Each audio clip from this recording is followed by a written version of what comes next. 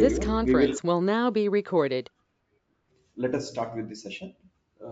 So as you can see, today we'll be having a VLSI front-end domain demo session. Okay. So as the name suggests, front-end domain will include all the aspects of front-end domain. We'll be having a one common demo session. Specific to each specialization, we'll have one more demo session. Let's say for FPGA, we'll have another demo session. Uh, So this will be the agenda for today's session. We'll just talk about what all courses are starting and what all demo sessions will be done. And other than that, the institute overview,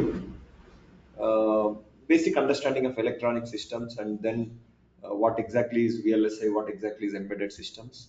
And we'll talk about VLSI design flow, both front-end domain and back-end domain flow. We'll talk about VLSI domain and different job roles in the VLSI domain. Then we'll talk about what skill set is required for different job roles. Then how do you choose a right domain with so many domains inside VLSI? How do you choose the right domain? Then the institute facilities and how do you prepare for the job, career in VLSI, and the placement opportunities at the institute from the institute side, and some questions will go over. Okay. This is my profile.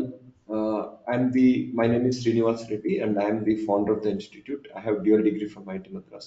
11 plus years of teaching experience I have, and I was also working. I have started my career in 2005, so I have close to 14 plus years of experience. I also work as a corporate trainer for Mentor Graphic Synopsis. Okay. Let's start with the today's session. First, let's focus on what all courses are starting today.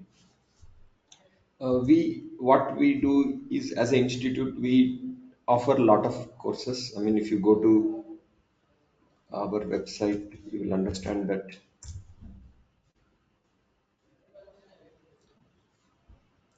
you can see from here we offer almost 6 courses only targeted for the freshers. Then courses targeted for the working professionals. Then the courses on protocols, short-term courses like Verilog, System Verilog, UVM, lot of things, right? With so many courses, even if you, for example, just considering these courses alone and some of the short-term courses alone, we have almost 15, 12 to 15 different courses. So we can't do a demo session for dedicated demo for each and every topic. So rather what we do is we do one common demo session for front-end domain, one common demo session for backend domain. Specific to each subdomain, like RTL design will have one demo session. FPGA will have another demo session. So what is the intention of this session? What I'm doing is to give you an overview of the front-end domain flow and help you understand what all subdomains are there and a little brief about those domains. And when we have FPGA specific demo session, there the trainer will talk about what kind of projects he will do, what will be the syllabus, everything more exhaustively. Okay. So what are the courses targeted for today? First course that we are going to do is RTL design and functional verification. The same course, we can even call it as front-end domain training for freshers, functional verification training for freshers, and ASIC verification. You call any of these names, we are referring to the same course. Then we are also offering a functional verification course for experienced engineers, those who are working, because a fresher requires a different skill set, experienced engineer needs to train on a different skill set. Because for freshers, we need to start from the basics of digital design, basics of Verilog. For experienced people, we don't need to start from the basics, right? We can directly start with the system Verilog or advanced topics. Then we are also starting Verilog for design and verification, system Verilog for functional verification. Those attending online, is my audio good? Is it clear? Yes, sir. Yes, sir, it's clear. Yes, sir. Okay, It's fine. clear. Sure. If you face any issue, please do let me know. Okay. Then today we are also starting system Verilog for functional verification. So what are these courses? These are mostly targeted for students who are pursuing BTech and MTech. See, someone who is pursuing third year of BTech or even fourth year of BTech, they won't have time to do a exhaustive 8 months course, right? Because they have their own coursework, the regular engineering coursework. So what they can do is they can enroll for short-term courses like Verilog and System Verilog. If they are already very good with Verilog, they can start with System Verilog. If they are good with digital, they can start with Verilog.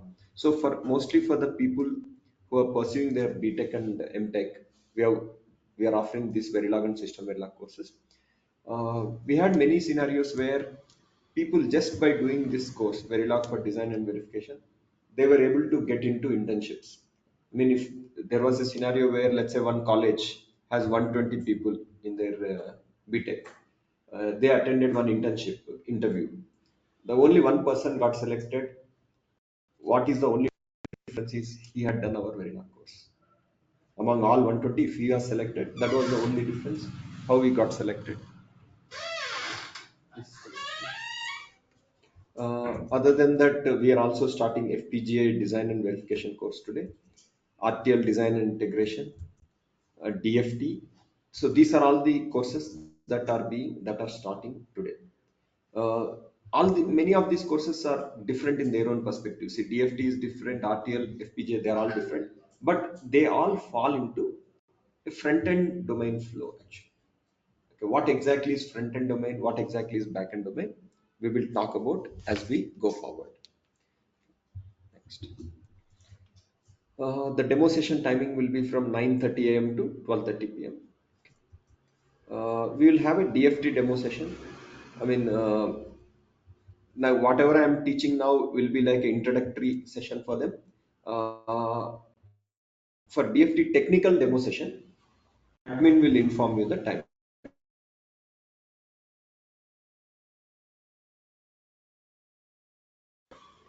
Who have enrolled for So those who have enrolled for DFT demo session, our admin will inform you the exact schedule for the technical demo session of the DFT.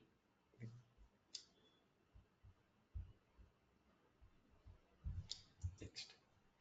So this is about what all courses starting today. So any questions you have in this slide? Now, first, let's start off with understanding electronic systems. Okay. Why I want to do that is basically I don't want to tell you, let's say you have enrolled for functional verification course. I don't want to start with this is what is verification. I want to you to help. I want to help you understand the basics of what is electronic system, what is VLSI, how is it different from FP. I mean, what exactly is FPGA, what is ASIC, and how VLSI differs from embedded systems. Then once you understand that, you will be able to appreciate the things better. Okay. So first, let's start with understanding of electronic systems. Those attending online, is it fine now? Any issues you're facing?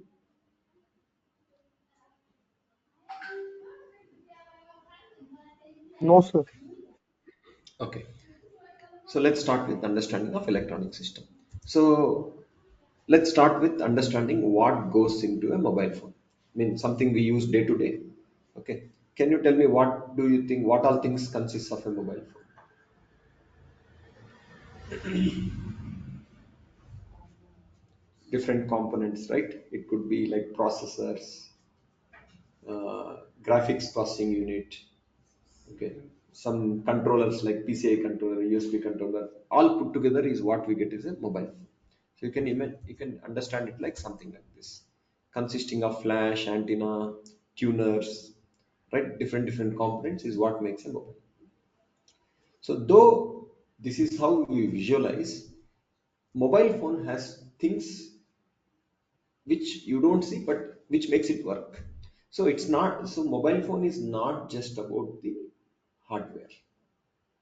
If you just take a mobile phone just as a hardware without any drivers, without any operating system, there is no use of this. Like imagine a mobile phone without any operating system. Will it be of any use? No, right? So this is where uh, we need to understand what all things actually makes up the mobile phone. So first thing you see is hardware. Okay. What consists of hardware? The chips, processors, screen, the USB port, camera, sensors, audio, these all things make up the hardware. Then what is the next thing that is there? There are things which we don't see, like what? The operating system, the Android, iOS, these all things. Okay. The firmware, like the drivers, then applications. So for a electronic system to work, even for a mobile phone to work, all these things are essential. Only then the mobile phone works properly. Okay. You understood, right? You cannot even think of a mobile phone without applications. Just with the operating system, there is no use. Again, without OS, can you think of? Right? So for that reason, all these layers are essential for the proper working of the electronic system. In summary, mobile phone has four layers. So here we are trying to understand, we take any electronic system, how can you understand an electronic system like, and how these layers interact with each other. So at a very basic layer, if you take a mobile phone, it has got how many layers? Four layers. What is there at the very basic level? The hardware, which consists of processors, camera, and sensors. Who develops hardware? What is that person is called as? The person who develops hardware, what is that person is called as? He is the VLSI engineer. The person who is responsible for developing of hardware is the VLSI engineer. Okay. Next, what is the next layer on top of hardware? Firmware. Or some examples of firmware are like drivers, USB drivers, SSD drivers, SD card drivers. They are all firmware. Who develops firmware? What is this person is called as? This person is called as embedded system engineer. Now, do you understand the difference between a VLSI engineer and embedded system engineer? Do they do same work? All right. What does VLSI engineer do? He develops the hardware. What does embedded system engineer do? Develops the firmware. So, what exactly is a firmware? Let's understand. Okay. Can someone tell me what do you think is a firmware? What exactly is a firmware? What is firmware?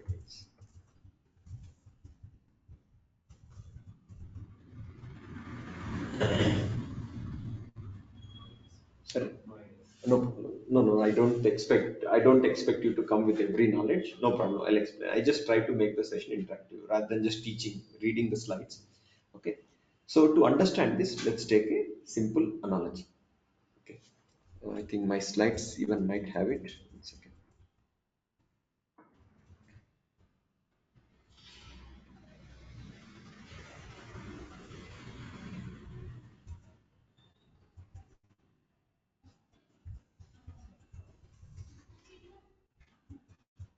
Take an example of a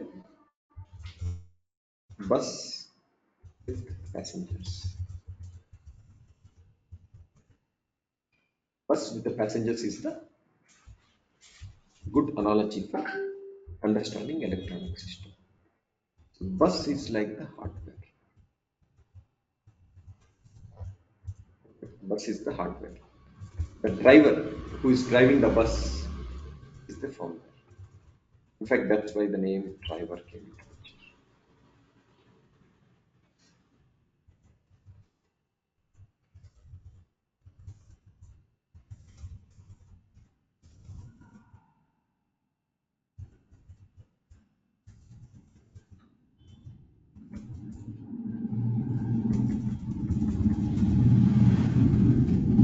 Possible analogy, okay. Don't literally take it like that, just analogy. So, how does it work? For example, one of the use cases is what? You want, the passenger wants to stop bus, wants bus to stop. It's the one of the use cases, right? Like in a mobile phone, what do? You want to turn it off, or you want to change some display, some number, some 30 seconds display off time to 60 seconds. So what will you do? What do you do in this case? Do you go and directly press the brake? Do you directly work with hardware? Do you go and directly operate on the hardware? No, no, sir. Right? You don't do. What will you do? Many times you don't even inform driver because you are sitting in the back of the bus. You're sitting in the back of the bus. Where is driver sitting? In the front of the bus. So as a provision, you don't generally go there. You inform to the conductor. I mean, this would be the procedure actually. Inform to the intimate conductor. Then what conductor will do? Conductor informs driver. Generally, what conductor does? You say, I want to get down. You will tell in different way. What conductor will tell to driver? He will whistle. Right? He won't even tell. He will whistle. Right? See, they have their own way of communication. Right? If he wants bus to go fast, he has his own whistle. Right? You understand, right? Does conductor go and apply the brake? No, right? So conductor also doesn't apply the brake. Then what driver will do now? Driver understands that instruction. See, conductor and driver have their own way of communication. If he wants to stop, he will have one type of whistling. If he wants him to go fast, another type of whistling. All that will be there, right? Okay. Then what driver will do? Driver will control the bus to stop. So what is happening is you communicate with your immediate next layer. Passenger's immediate next layer is who? Conductor. Conductor immediate next layer is driver. Driver immediate next layer is bus. So finally, who is initiating all the things? Passengers. If you correlate the same thing, applications will intimate operating system. Operator will give instructions to the firmware. Firmware will control the hardware. Is like what in bus? The accelerator, brake, clutch, they are gearbox, gear, they are all the controls, right? Handbrake, everything is the control. So driver has that control through which he controls the behavior of the hardware. So driver, by using those things, controls how hardware is going to behave. That's why we are calling him as a driver. The firmware is called as a driver. For example, when you install USB, whenever you install USB, when USB device is connected to laptop, what happens? USB drive, I mean, USB device gets detected, and we start doing transfers to the USB drive device, right? This is all handled by something called as USB driver will be there. Driver is nothing but set of assembly instructions. You know what is assembly instructions? The processor instructions is what we are calling as a driver. Controls the USB related hardware behavior.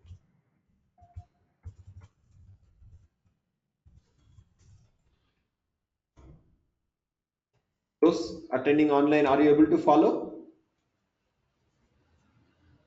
Yes, sir.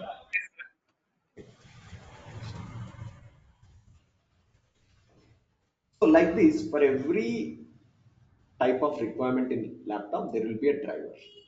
For example, for SD card, there will be a driver.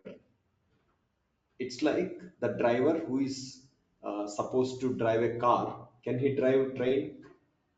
No, right? Train has a different type of controls where you work with it. So each one has its own driver like that. So I don't want to get into it. The person who develops the person who develops these USB drivers, generally done using embedded C language. Have you heard of embedded C language? Is called as embedded system engineer. Rather, I would say embedded system engineer develops these USB drivers using embedded system. Okay. Embedded system. Those attending online, please be in mute. Those attending online, please be in mute. Okay. So, does going back here, does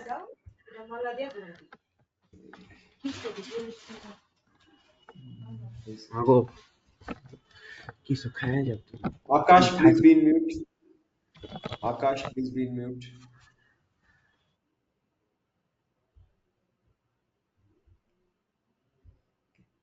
Next. Going back to our earlier analogy, does bus driver manufacture the bus? Is he involved in manufacturing of a bus? Will he manufacture brake, clutch, anything?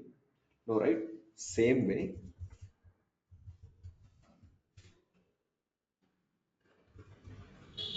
the embedded system engineer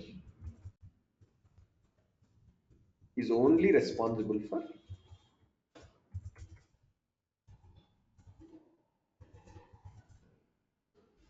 development of drivers. He won't be involved in hardware development. So who is the person who develops hardware? VLS engineer. So it's similar to VLS engineer, similar to the person who manufactures the bus. If you go to see, there will be companies who Ashok Leyland, Volvo. These companies manufacture the bus, right? Tata. That is a similar role of VLS engineer. I hope you have understood how these layers are interrelated with each other. Same the way this use case is happening, this can be understood in our real life analogy also, in our mobile phone also. Let's take one analogy so that this will conclude this part. Okay.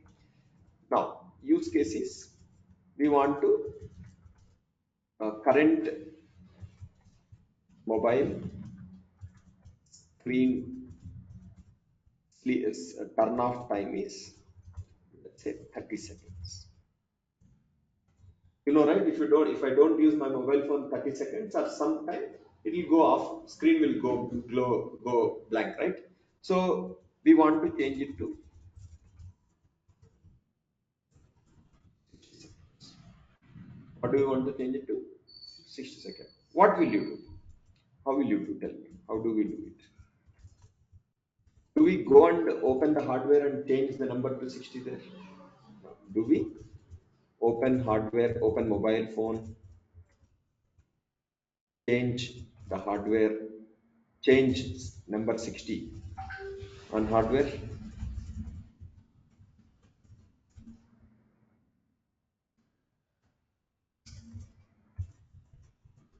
Do we do that? Because you cannot do that, because thing is your application, the one your application, so you cannot, you are a application, you can't directly interface with, you shouldn't directly interface with the hardware.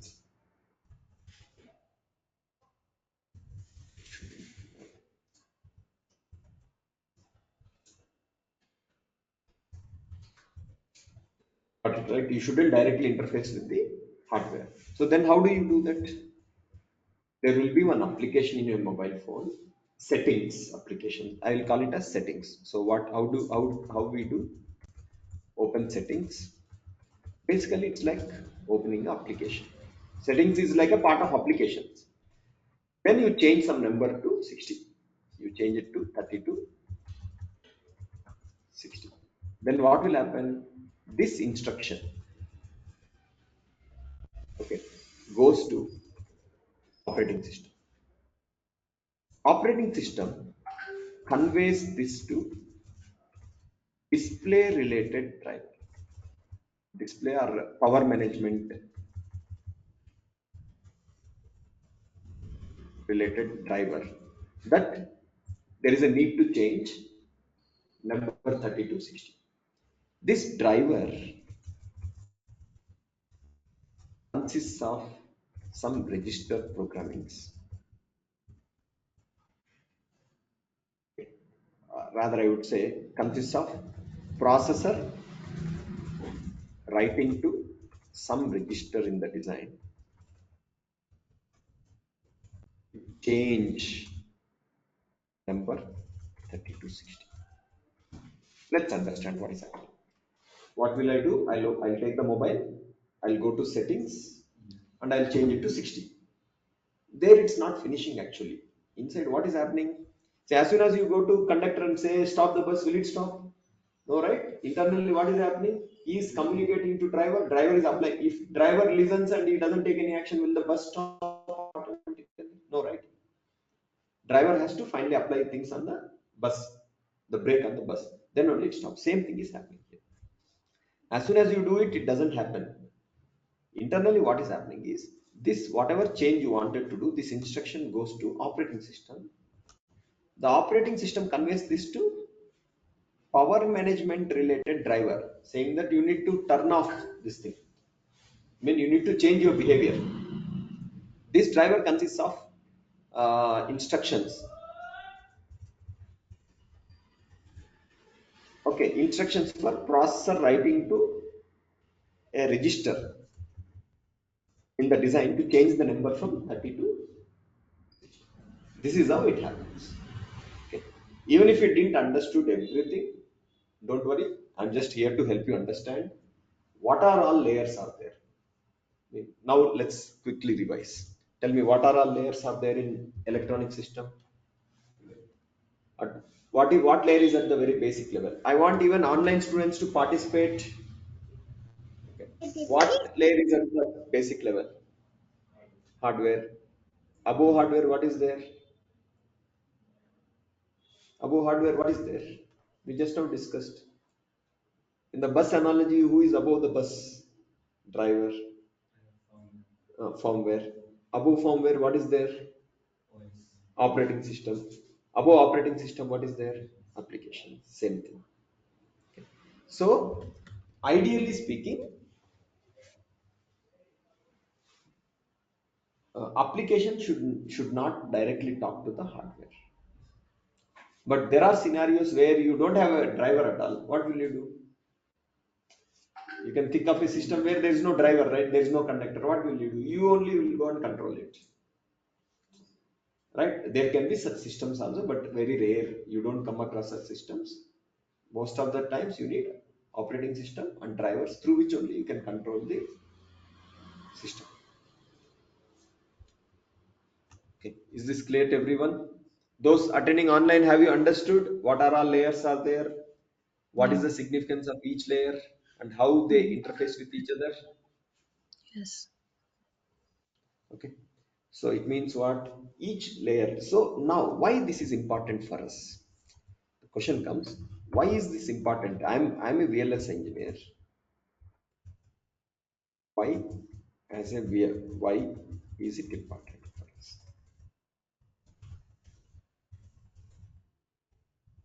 to know this? As a VLS engineer, you need to know, you need to understand the VLSI hardware, how the hardware works, and also you need to understand how the firmware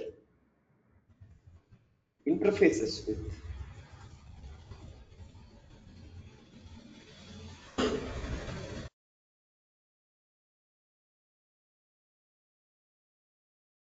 two things you need to know.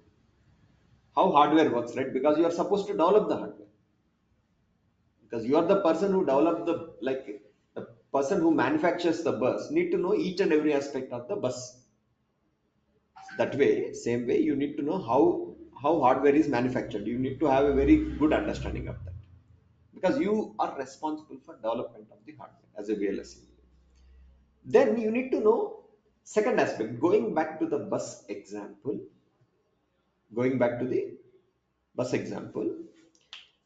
the person who is manufacturing the bus should understand how the driver is going to use the bus, right? Can he keep accelerate at one place and brake at some other place? No, right? Will it be usable? No, right? So you need to understand, you need to have an understanding of how the firmware engineer is going to work with my hardware. So as a VLS engineer, you need to have a very in-depth understanding of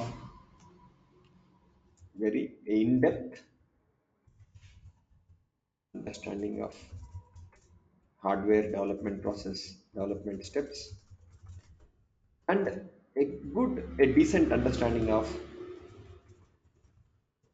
how firmware works with these two things. You should be fine. You don't need to know. We don't need to worry about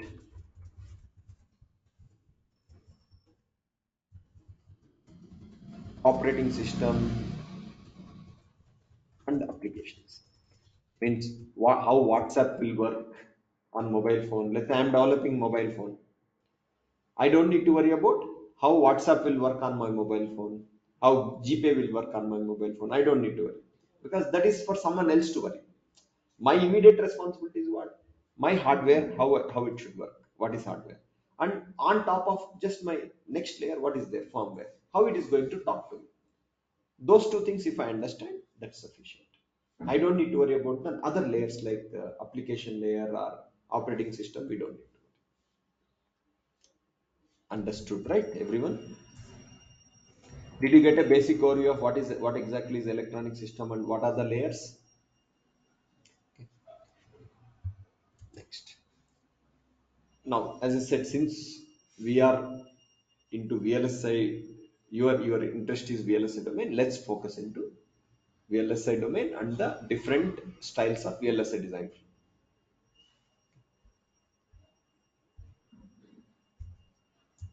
So, what exactly VLSI stand for? Very large scale integration. So, when we say integration, what are we trying to integrate? When we say integration, what are we trying to integrate?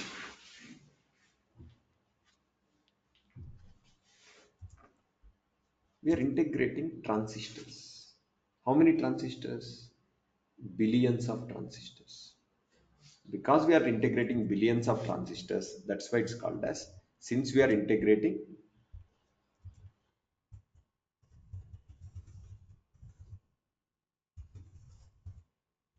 billions of transistors,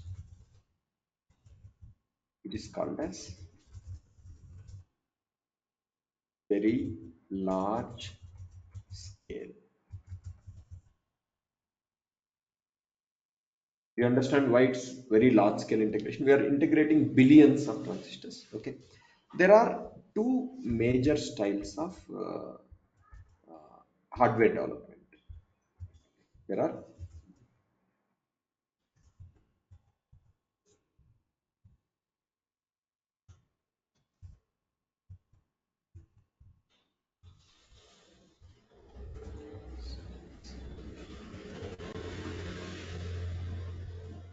There are two major styles of developing VLSI chips.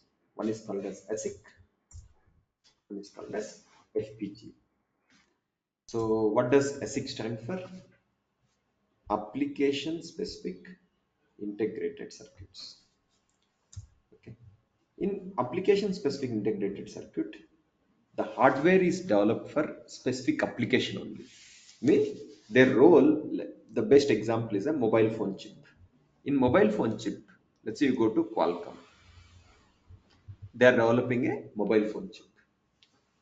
Okay. Their intention itself is that the chip should behave like a mobile phone.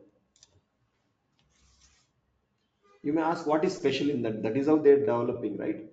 Then there is another style called as FPGA, which stands for field programmable gate array, where Same FPGA board, you see, same FPGA board can be programmed to behave like different applications, that is different electronic devices. Like what? It can be programmed to behave like a mobile phone, can be programmed to behave like a laptop chip also.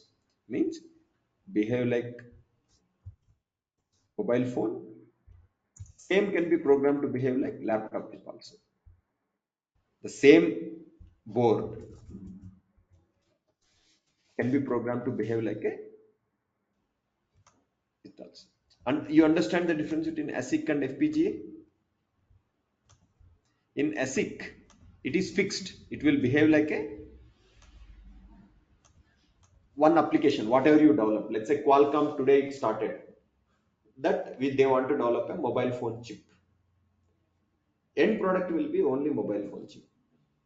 Whereas in FPGA, you can take the same board, FPGA board, you can program it to work like a mobile phone. The same can be programmed to behave like a laptop chip also. Okay. So which one is better? Tell me. Which approach is better? Which one looks better?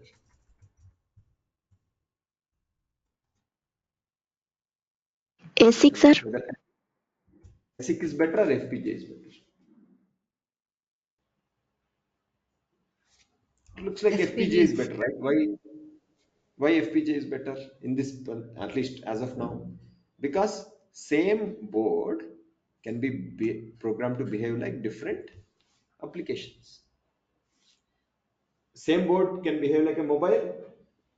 I can reprogram the same board. I can make it work like a laptop chip in a one possibility. Okay. So though going by that, though it looks like FPGA approach is better. However, industry prefers ASIC design flow due to the lower cost of manufacturing. What does industry prefer? ASIC design flow due to low cost of manufacturing. It is cheaper to manufacture an ASIC compared to FPGA. If I have to manufacture an ASIC chip, same thing, let's say mobile phone is there. If I have to manufacture an ASIC, it will cost me $50, let's say. For example, same thing with FPGA, it will cost me $150. Which one is better than ASIC? Now the question comes, if ASIC is so cheap, then why don't we do everything with ASIC only? Then why we need FPGA at all? You got the point, right? If ASIC is so cheap, then why don't we do everything with ASIC only? Why we need FPGA at all? Can someone tell me what could be the reason?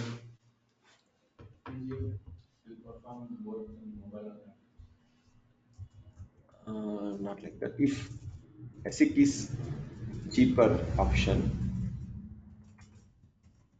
why we large don't application, do so we have to use we FPGA. don't do everything in ASIC?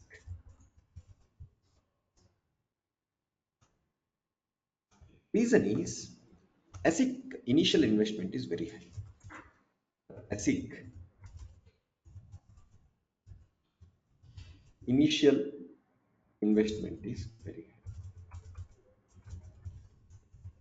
Investment that you need to do to bring up the flow, to bring up the entire design flow is very high.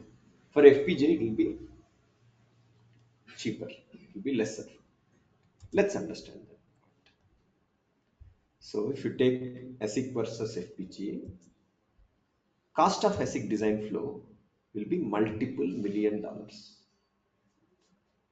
It will take multiple $million to set up the project. Why it will so costly? We need to start everything from scratch. Once the flow is working, once the flow is up and working, per chip cost will be less. It's like once you develop the flow, how to develop a chip. You come up with a prototype chip, one of the chip which is working. After that, manufacturing per chip cost will be less. So what is the problem here? Initial investment of multi-million dollars is the problem. Whereas when we go to FPGA, the initial investment will be less. It won't cost multiple $1 million. It will cost lakhs of dollars. What is the ratio between million and lakh? Million is how many lakhs? 10 lakhs. 1 million is how many? 10 1 lakhs, million is right? equal to 10 lakhs. 10 lakhs. So it is like 10:1 ratio kind of, you can say. I mean, not exactly always. So if it costs around 10 rupees to set up ASIC flow, FPGA flow will only cost you 1 to 2 rupees maximum. Why it is cheap? Because the board is already available. You just need to implement everything onto the board. Because FPGA board is readily available. You just need to purchase the board, put your design onto the FPGA board. In ASIC, there is no board. You need to start everything from scratch. Because of that, it costs multi-million dollars.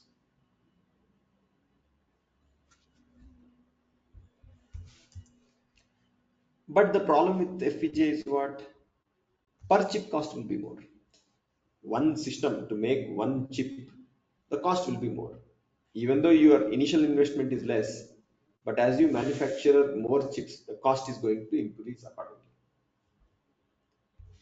So this is how the graph will look between ASIC and FPGA. There is one threshold point like this. Till that point, whatever you manufacture, FPGA will be cheaper. Once you cross this level, ASIC will be cheaper. So what is this x-axis? Tell me.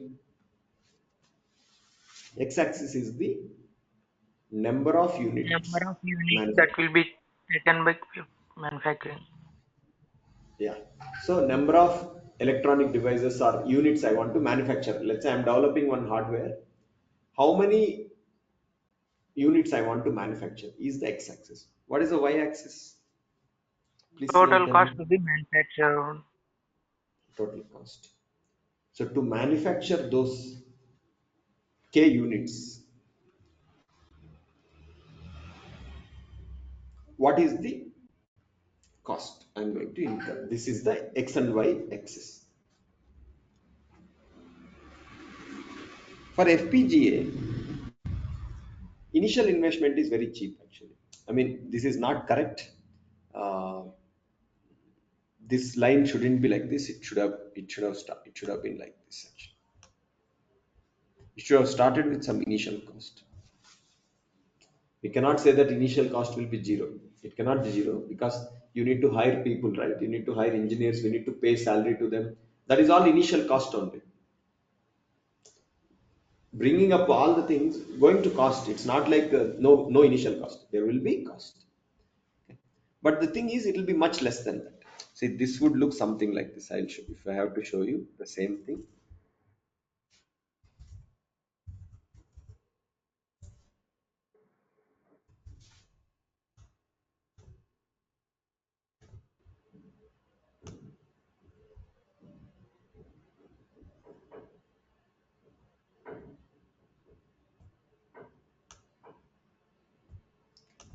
It would look.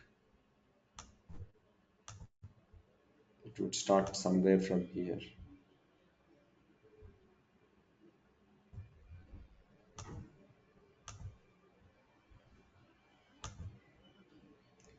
So this is the initial investment.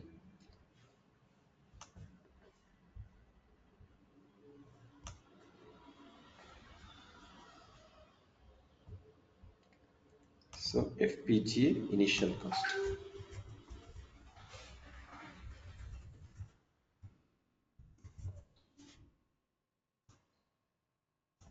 This is the ASIC FPGA initial cost. ASIC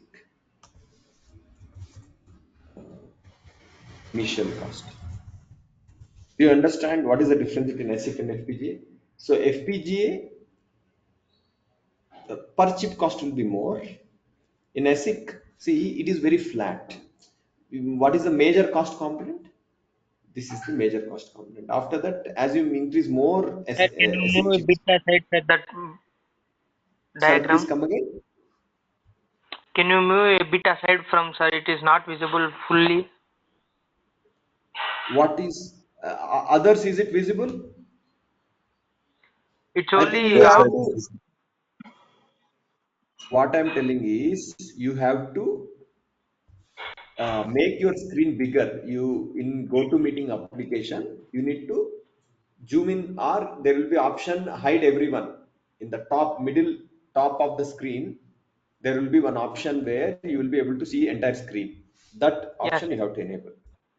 Okay, sir. Have you done that? Yes, sir. Yes, sir. Now it is visible. Thank you, sir. Yes. Yeah. I hope you got it. Okay. Now, so you understood the difference between ASIC and FPGA, right? That means what? Any Yes. chip can be manufactured with ASIC, any chip can be manufactured with FPGA, as long as you have the supporting boards. Okay. Then, which companies will go for ASIC-based production? Can you tell me? Which companies will go for ASIC-based production? Companies which want to manufacture products for bulk uses. That means what? A mobile phone. Is it limited uses or more? Yeah.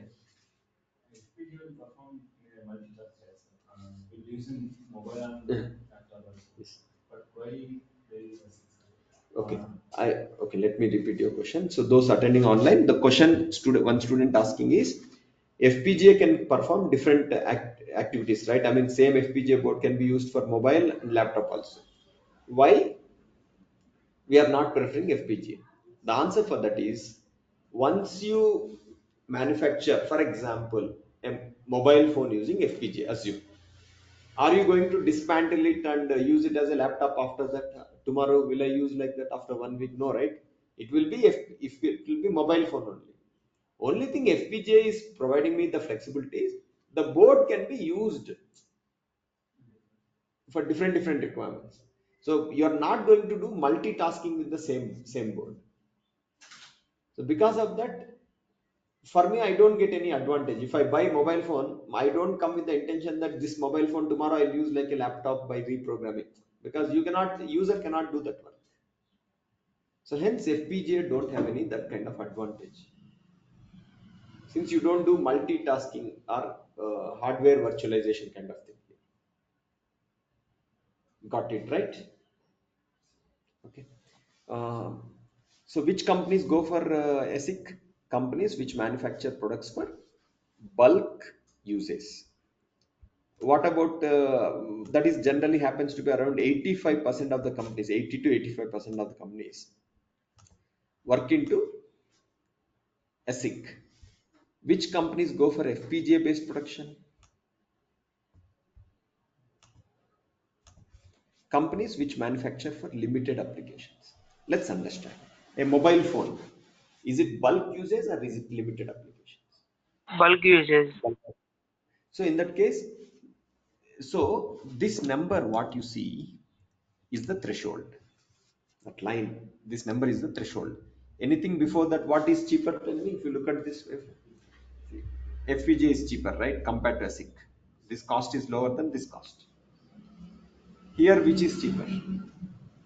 ASIC is cheaper because this is at lower side, FPGA is at higher side. So going by that, as you after this threshold point, if you want to manufacture more devices, ASIC is a cheaper option.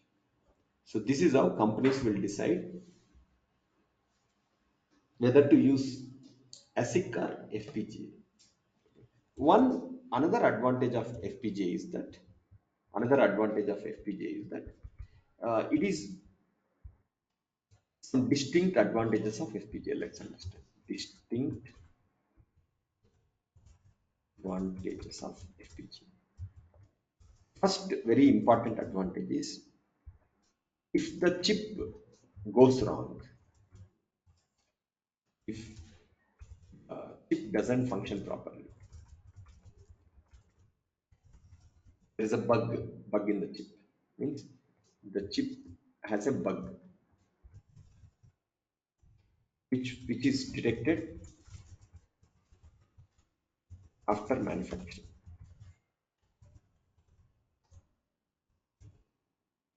we don't really have, we don't incur a lot of big loss. We don't incur a big cost because all you have to do is your one FPGA board is gone. That's all. What is your investment is gone? Only one FPGA board is wasted. Okay, it can be fixed in another next FPGA board implementation. Whereas in ASIC, we have to do, if there is a bug, we need to do entire flow again. In many cases, I mean for critical bugs.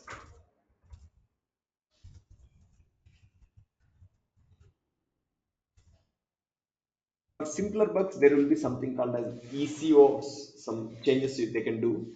But anyway, let me not complicate it. Just understand that because of this, FPGA has one advantage. What is the advantage FPGA has? If there is a bug, you don't have to restart from scratch. So we don't need to do everything from scratch. We don't need to start from scratch.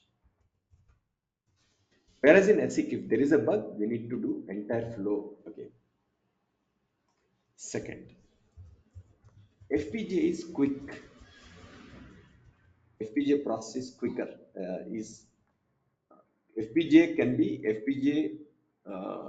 can implement the things quickly compared to ASIC. Because why? Because you don't start from scratch. You all we need to do is user needs to develop.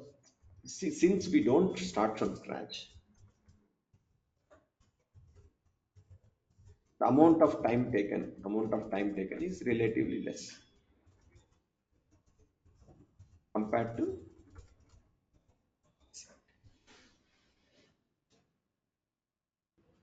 these are the advantages. In fact,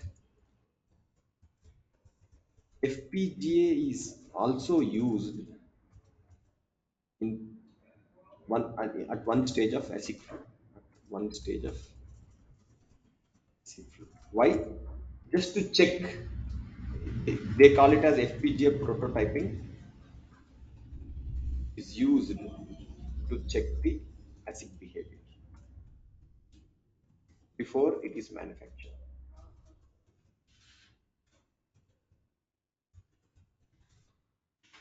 So these are some of the advantages of FPGA or ASIC. But with all these advantages, after all advantages, ASIC has one big advantage. What is that? With all these advantages of FPGA,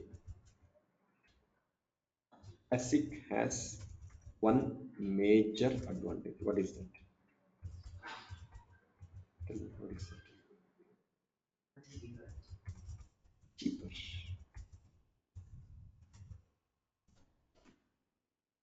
Cost is the driving factor for everything.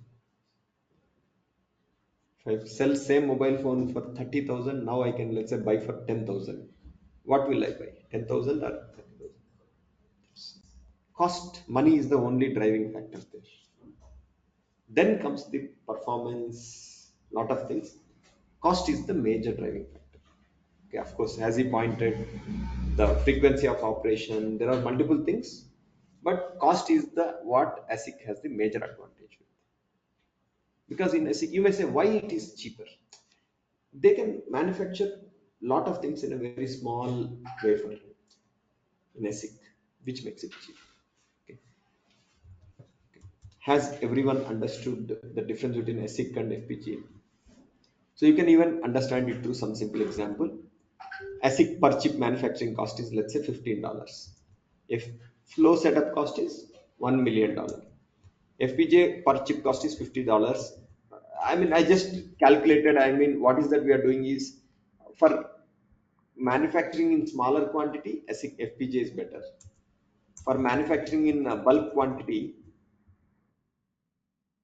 for bulk production, ASIC is better. That's all. That's the summary. Okay. In summary, let's revise again. How many major styles of development are there in VLSI? Two styles. What are the two styles? ASIC and FPGA. What does ASIC stand for? What does ASIC stand for? Application specific Application integrated specific integrated circuit. circuit. What does FPGA stand for? Field Field programmable gate. programmable gate array. Okay. Let me tell you one more thing. Let me tell you one more thing. The VLSI front end domain. The VLSI front end domain is very similar to both ASIC and FPGA engineers. Because in both the cases, user needs to read the understand the design specification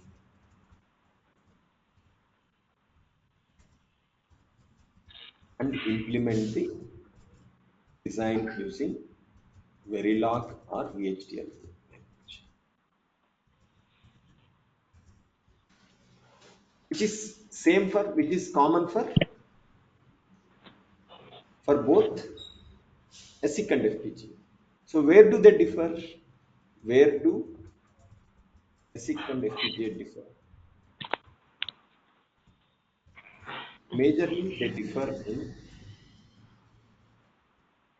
VLSI backend flow. That is the flow starting from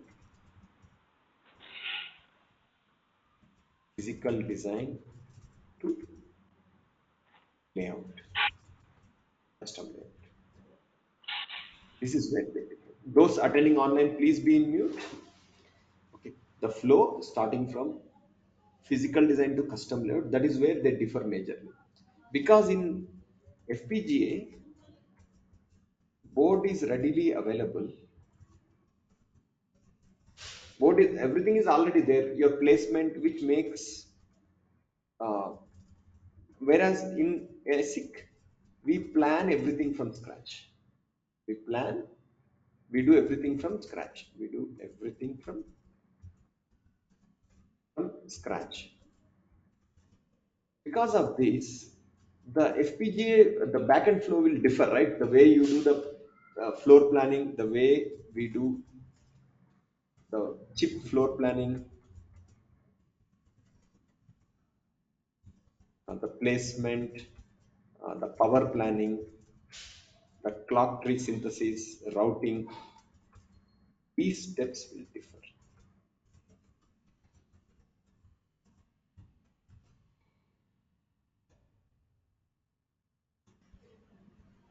Understood? So let me again ask. So what part of the VLSI flow is similar to both of them? ASIC Front and end domain. FPGA. Front end domain is similar. What part of the flow is different? Backend. They differ in backend domain. What exactly is backend domain? The flow starting from physical design to custom layout is where they differ. Now, what exactly is physical design? What exactly is custom layout? They are all will understand as we go forward. Okay. Since FPGA board is readily available, and in ASIC we do everything from scratch, there they differ, right? The way if you are starting everything from scratch, you plan more efficiently. In FPGA, you have to use what is there and do floor plan on top of that. Because of that, these steps will do. Got it, right? Now, our training, at least what I'm going to focus, is more focused on ASIC. Like if someone is interested in FPGA, there is a different trainer who is going to cover the FPGA specific aspects. So now I will be talking about ASIC design flow related topics. Okay, we'll do for few minutes and go for a break. Okay. First, let's understand the ASIC design flow. ASIC design flow is similar to a house construction.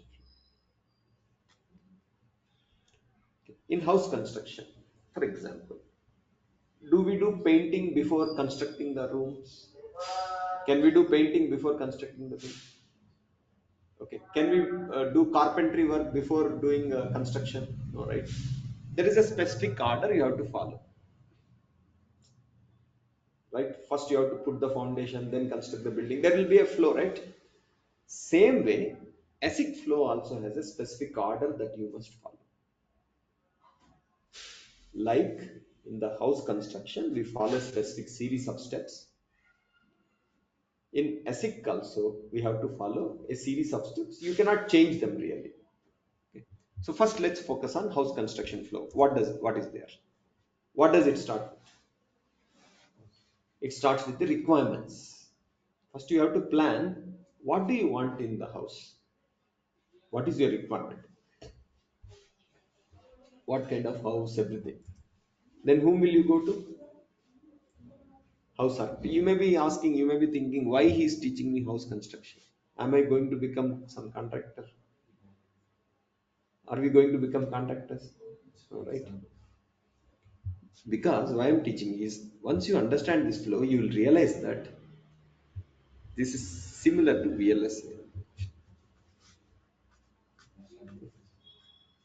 In fact, many times I'm constructing a house, I go to that site. When I see the carpenter, when I see the plumber, I realize that they could have also become very good VLS engineers.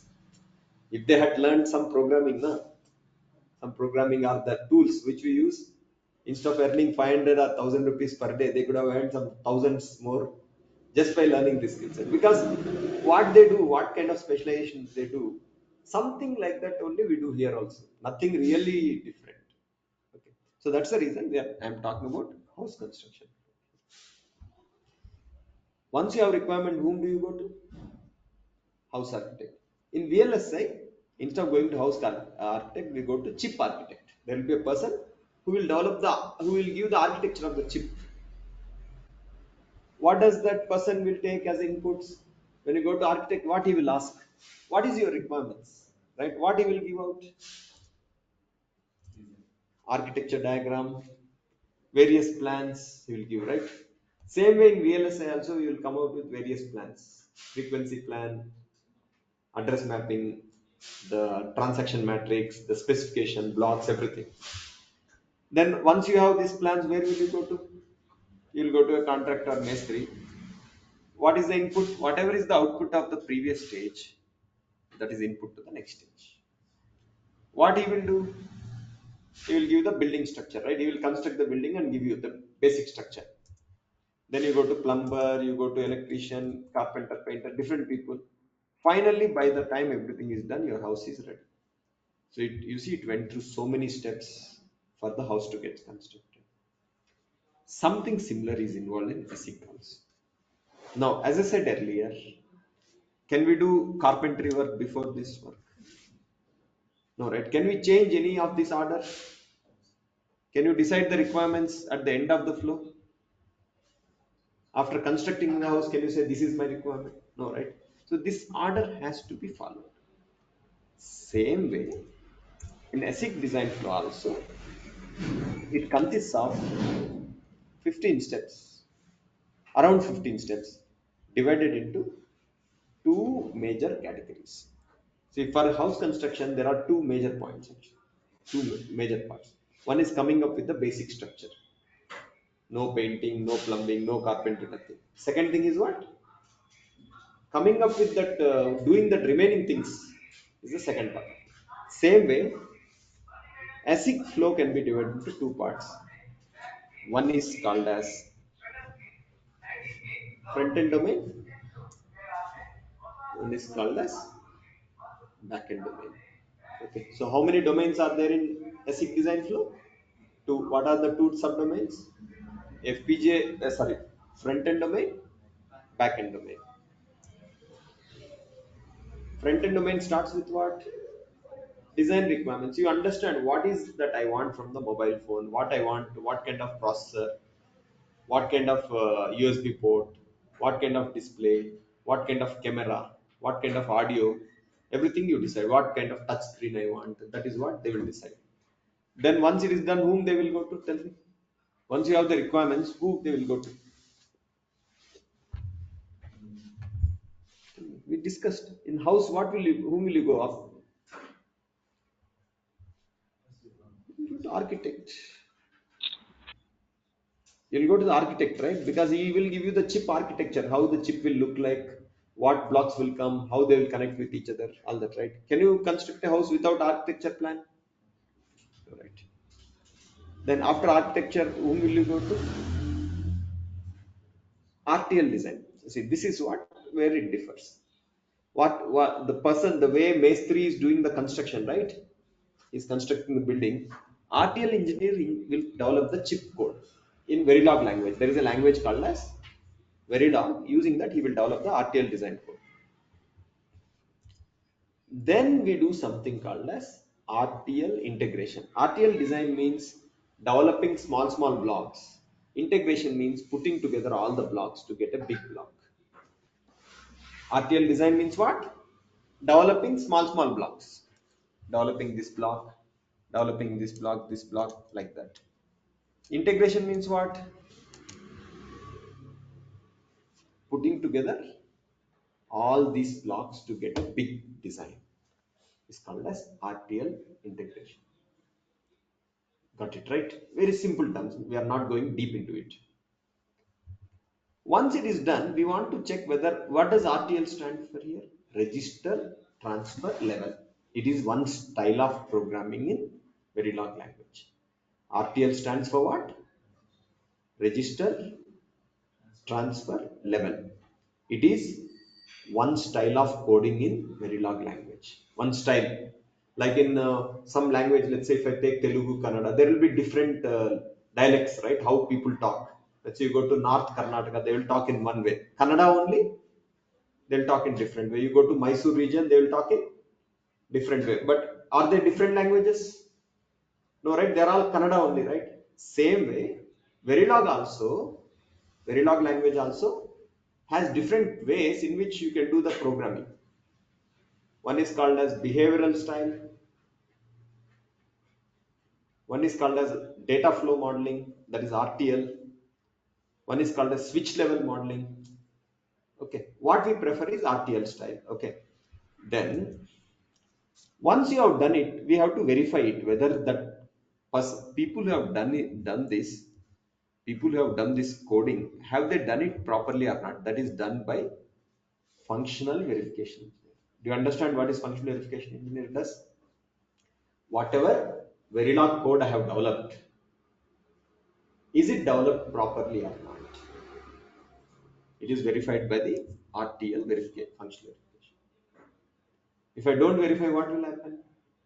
It will have some issues. If it has some issues, it will come into my mobile phone finally. Then my mobile phone won't work properly. You understand? Once it is done, we do something called as design for testability at Verilog RTL level. Design for testability at Verilog RTL level. Okay. Now, let's quickly read through. Tell me, what is the first step in front-end domain?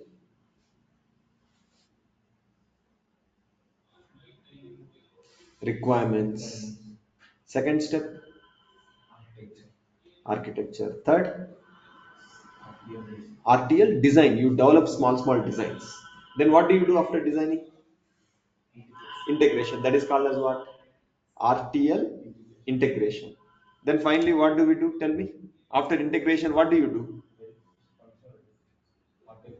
RTL functional verification. You check functionally, is it working fine or not? Then what do you do? DFT, design for testability at the RTL level. The next step is backend domain. So once this is done, what happens is the backend domain. This is where actually the software and VLSI are different. For software engineer, you know, some of your friends might be joining into software jobs, right?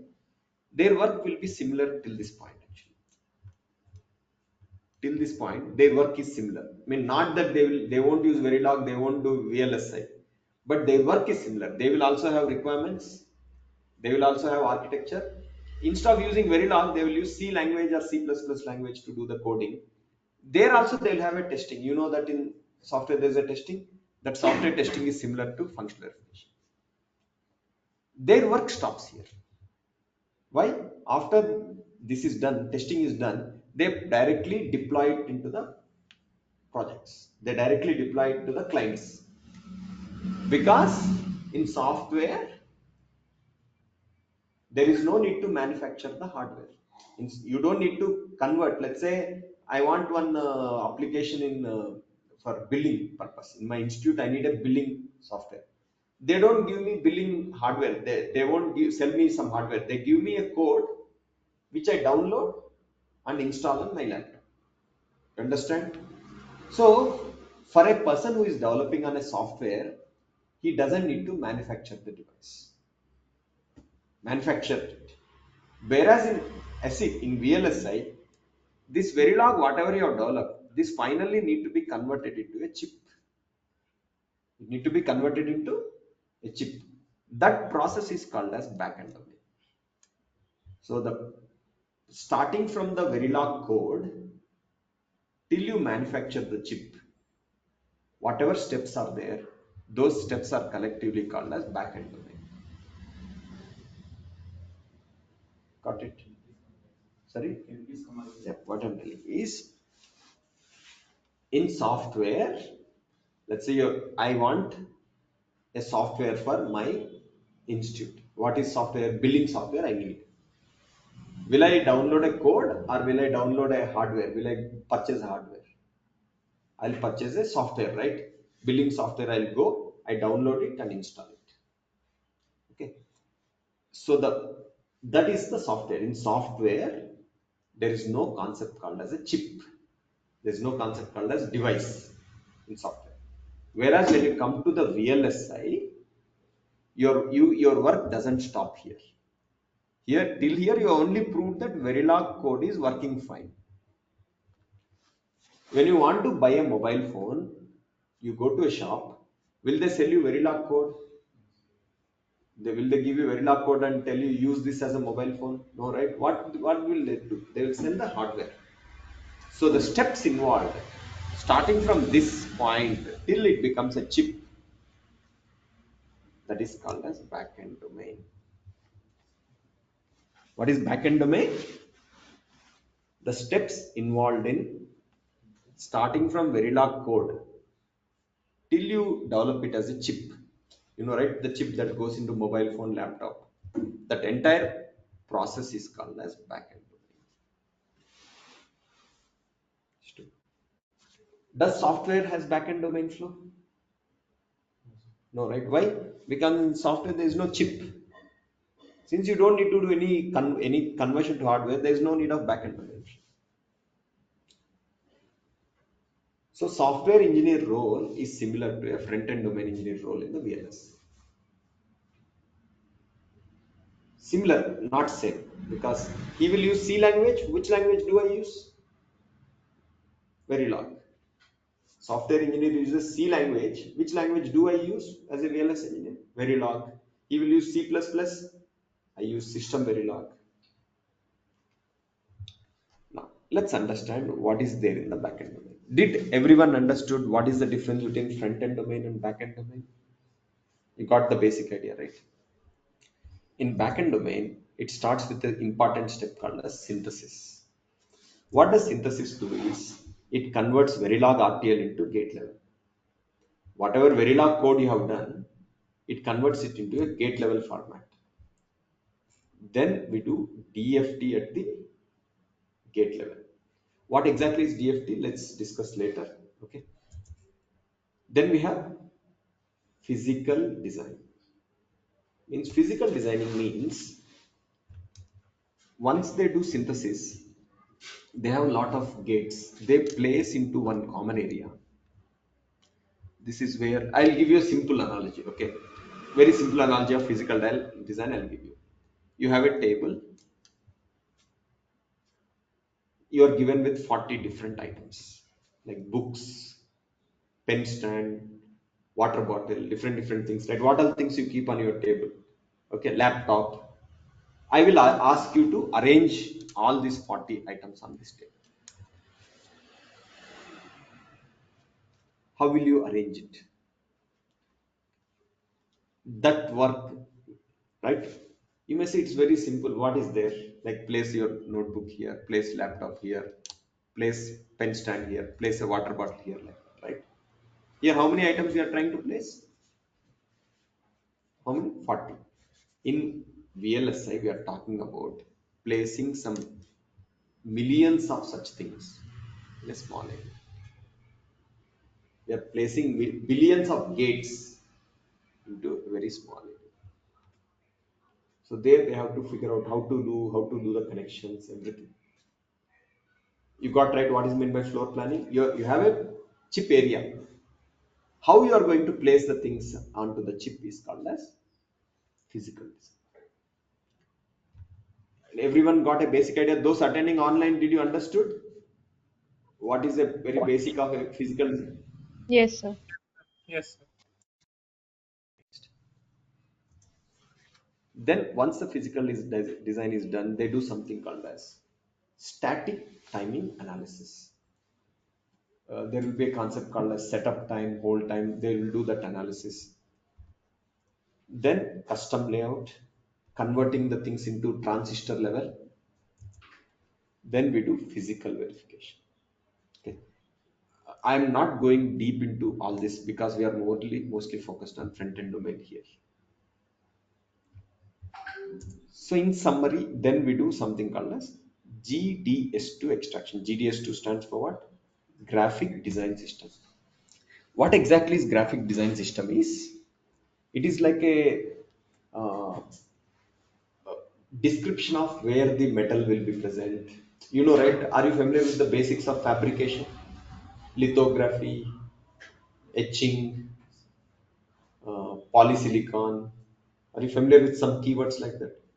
Right? This graphic design system will tell in if this is your mobile phone, if this is your chip, assume where the metal should come, where the polysilicon should come, where the oxide should be deposited, at what dimensions, how much deep the metal should be deposited into the chip. That is what this file will tell. GDS2 is a file which will tell all this graphic related information, where the metal should be deposited, how much depth it should be deposited, how much doping should be done, how much polysilicon should be kept, what should be the width of the metal, everything it will talk about. If you give this file as an input, if you give this file as an input, there will be some foundries called as TSMC. Okay, some more foundries are there. What do? They will manufacture the chip and give you. Do you understand a basic idea about what is GDS2? It is like inside the chip where the metal should come, where the gate should come, where the substrate should come. You know, right? In transistors, different things will be there: gate, substrate, source, drain, metal connections, everything. It will talk about that. Once you give that information, they will manufacture. It's like similar to 3D printing. Are you familiar with the term 3D printing? In 3D printing, they would have given all that information where the print should be done. Same thing. Then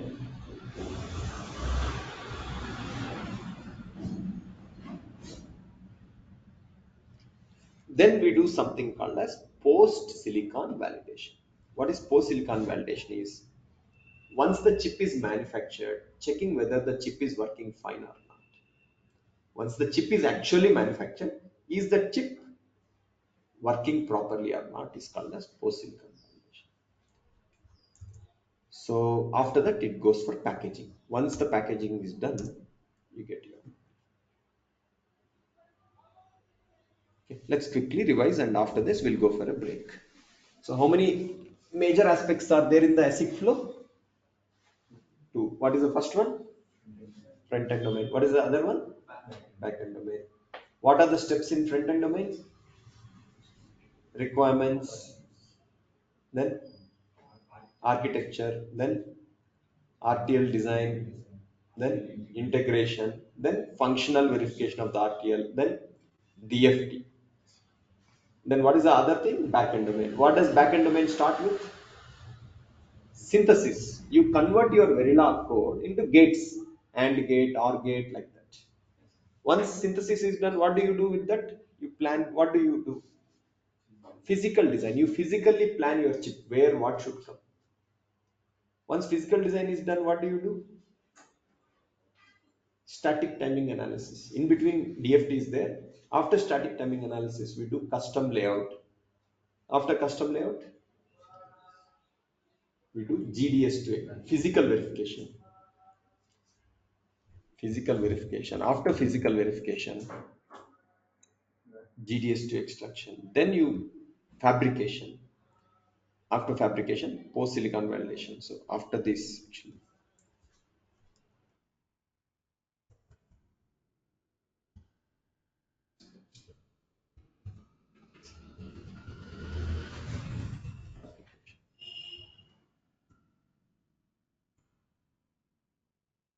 Understood, right?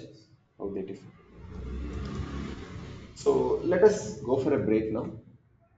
We will meet at 11:15. That is another 12 minutes. Once we meet, we'll continue with the further part of the session. So before we go for a break, any questions?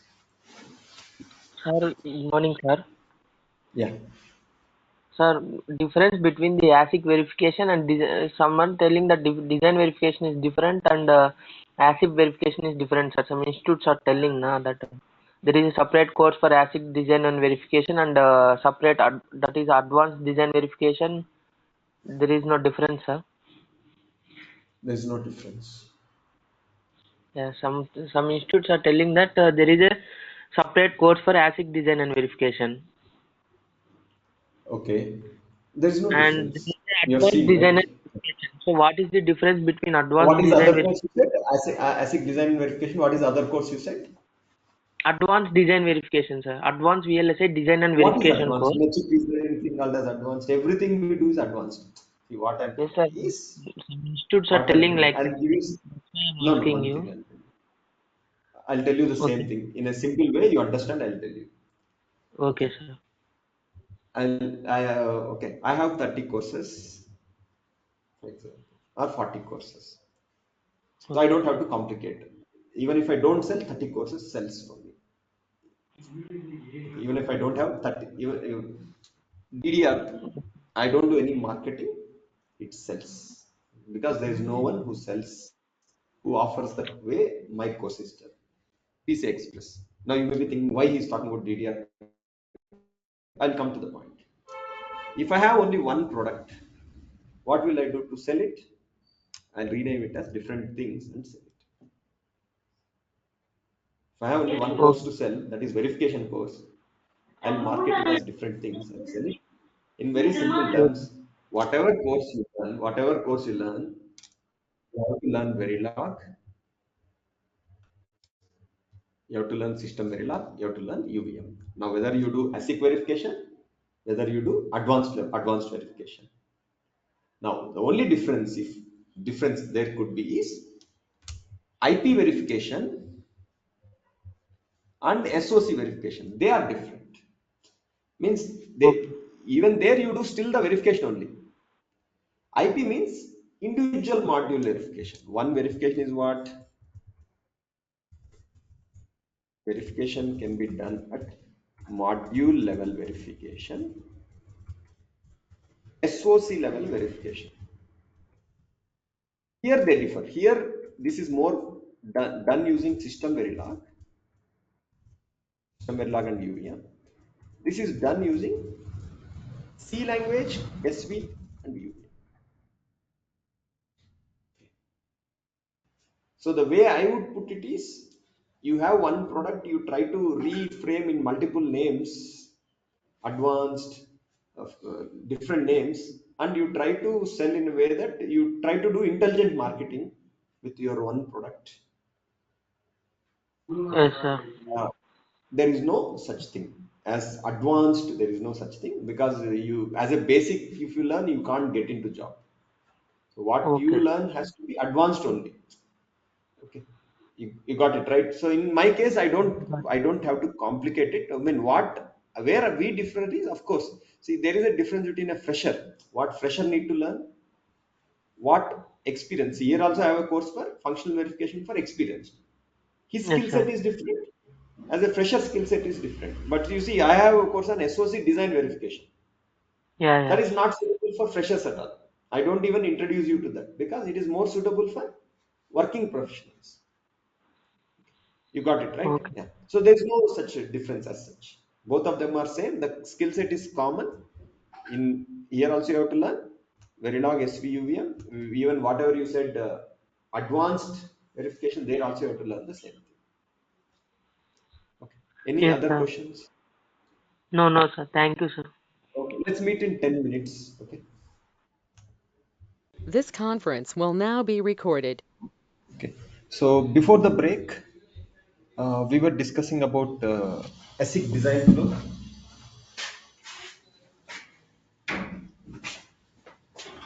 We were discussing about ASIC design flow. We understood that ASIC design flow is two parts. One is front end domain, one is back end domain. And we discussed that front end domain is very similar to what a software engineer does. So let's understand the same thing. What exactly is the VLSI front end domain flow? The VLSI front end domain flow is similar to a software flow. What is the skill set of a software engineer? You should be good with C, C++, and Java, these kind of languages. They should be good at reading software design specifications. Like whatever software they develop, it will have some specification. They should develop algorithm and they should implement the algorithm using C, C++, or Java. Similarly, a VLSI front-end domain engineer needs to learn, like C needs to learn Verilog. Similar to C++, system Verilog. Similar to Java, these are the languages that a front-end domain engineer should learn. Other than that, they should be good at reading hardware design specifications. Implement requirements using various protocols. Like protocols means USB, PCI Express, DDR, SPI protocol, various protocols will be there. They should be good at those protocols. Other than that, even we can say AMBA protocols, AMBA, like AXI, AHP, etc. Now, if you ask me, do I need to know all these protocols before joining the course? No, we will teach whatever is relevant to the course, we'll teach everything. And next thing, where do they differ? How software and VLSI differ is, software doesn't require backend flow, doesn't require backend flow. What is meant by backend flow? The process of converting the code, Verilog code, into a chip is called as backend flow. So software doesn't need that because software is used as an application directly. Next. So what are the steps involved in pre-synthesis flow? Requirements, architecture, design, integration, and verification. Now, talking about backend domain flow, it has got synthesis, GLS, DFT, physical design, static timing analysis, custom layout, physical verification, fabrication, and finally post-silicon validation. Okay. Now, let's understand what are the different job roles in VLSI domain. As you know, there are two domains, front-end domain, back-end domain. People who work on design requirements is called as marketing team. The people who work on architecture is called as design architect. The person who works on RTL coding is called as RTL design engineer. The person who works on RTL integration is called as RTL integration engineer. Then RTL functional verification is called as functional verification engineer. Then DFT at the RTL level is the DFT engineer. You see, these many people are there.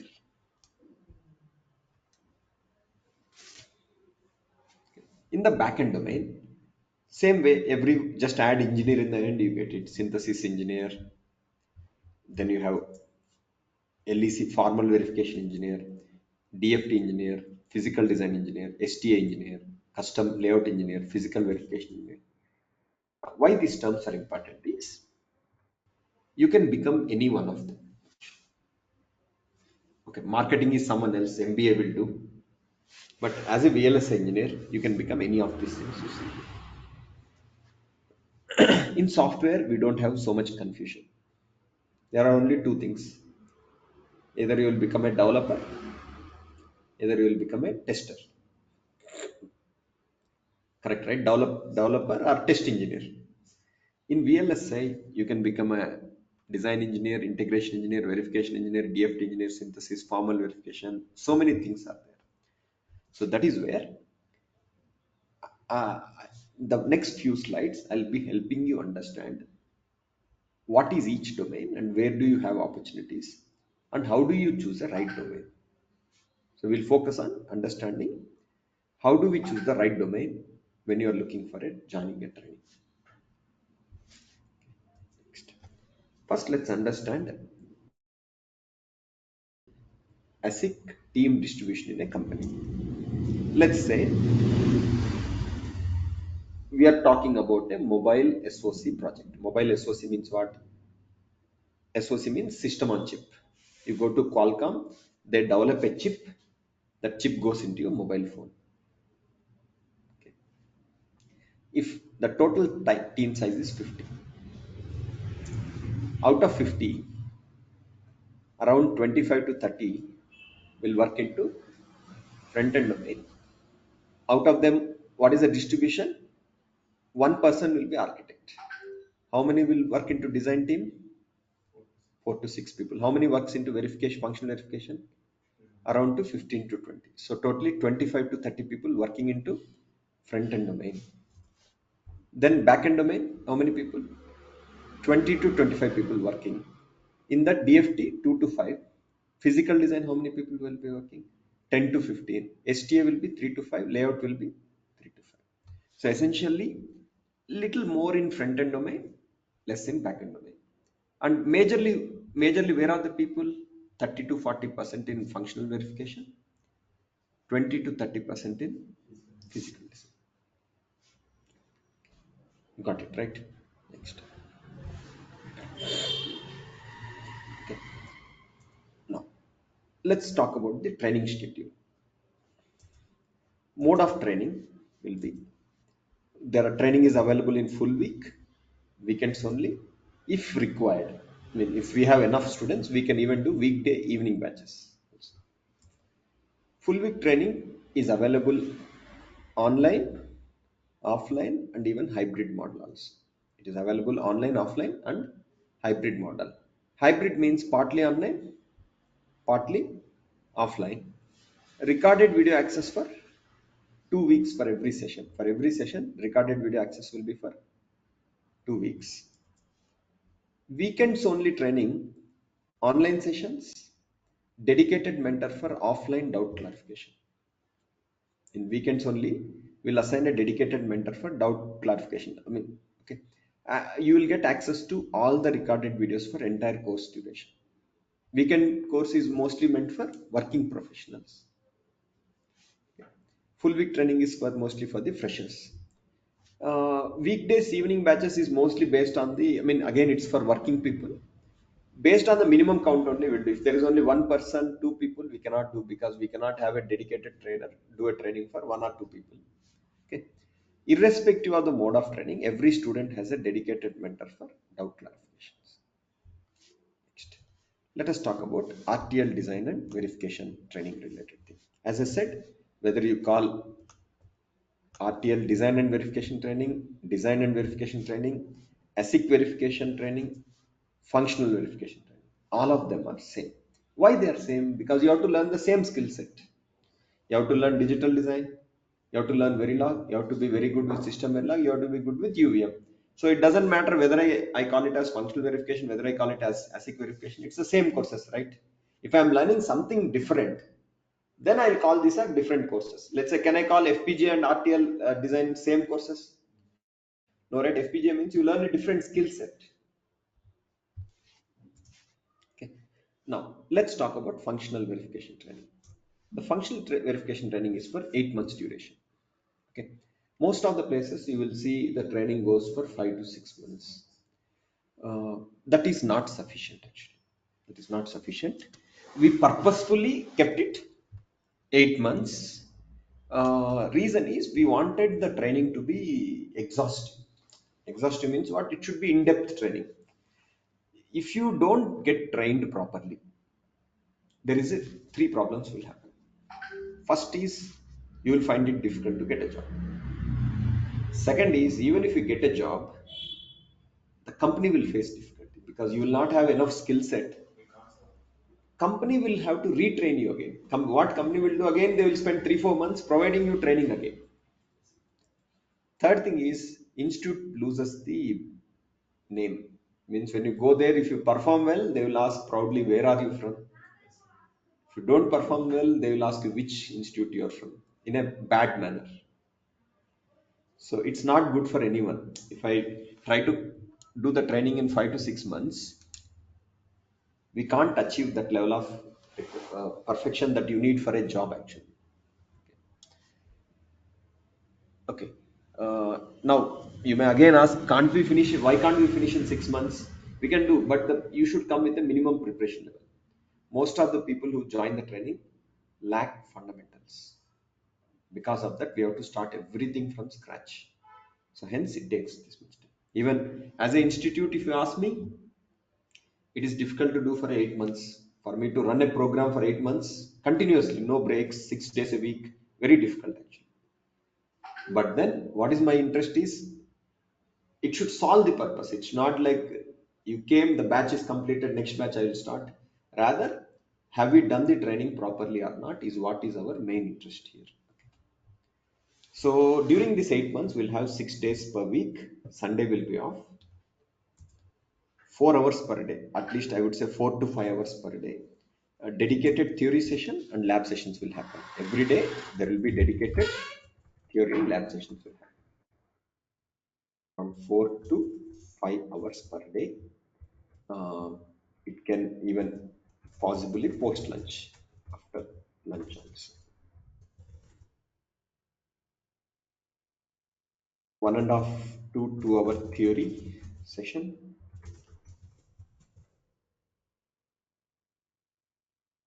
3 to 3.5 hour lab session. So you get access to the recorded video of the session, every session, recorded video of every session access. Every session, recorded video access for 2 weeks for revision purpose. The training is divided into 3 phases. Sorry? It is available on, we have our own, we have this portal, inskill.in. This is our e-learning platform, where all the material, all the course presentations, assignments, and notes are uploaded. And also, more importantly, you also get access to the printed material of the course.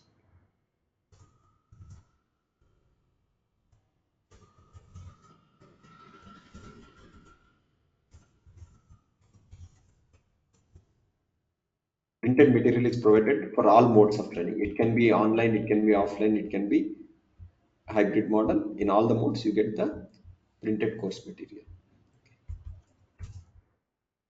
Further to it,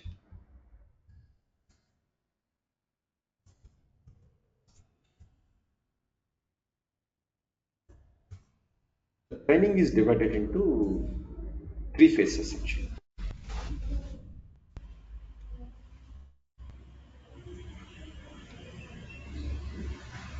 Uh, First phase is 3 months.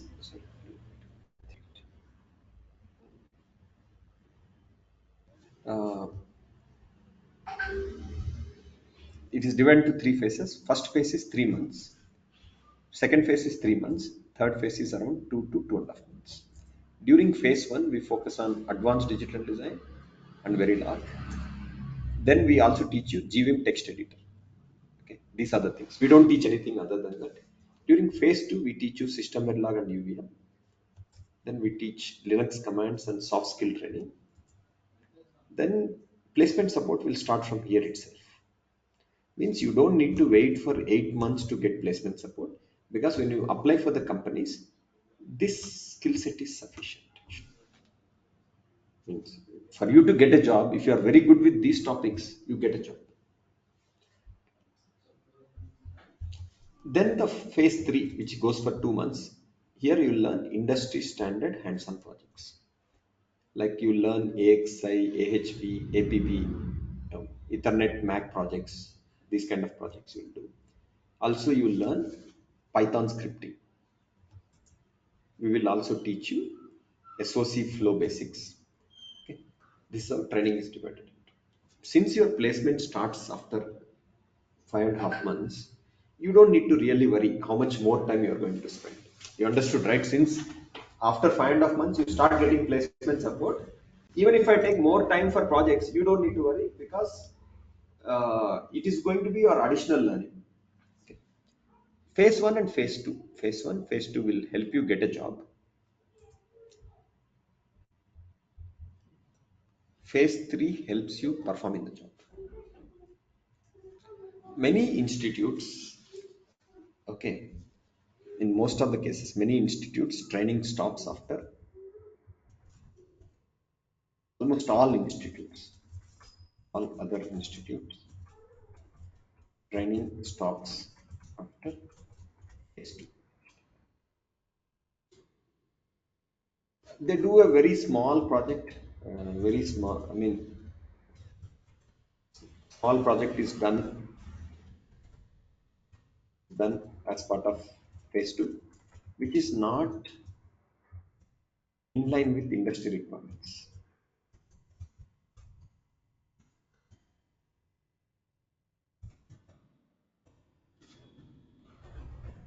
They will do a small project, okay, other institutes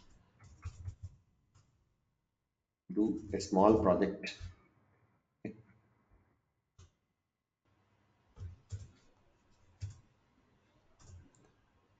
Now, I don't want to name the project and all that. Just understand that if I keep the training simple, I can keep my training very simple. I can finish it everything in 5 months also.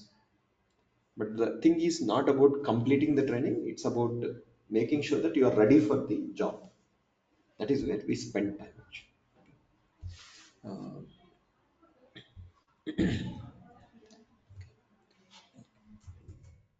Uh, let's go through functional verification. Next one is functional verification training for experienced engineers. That goes for 6.5 months.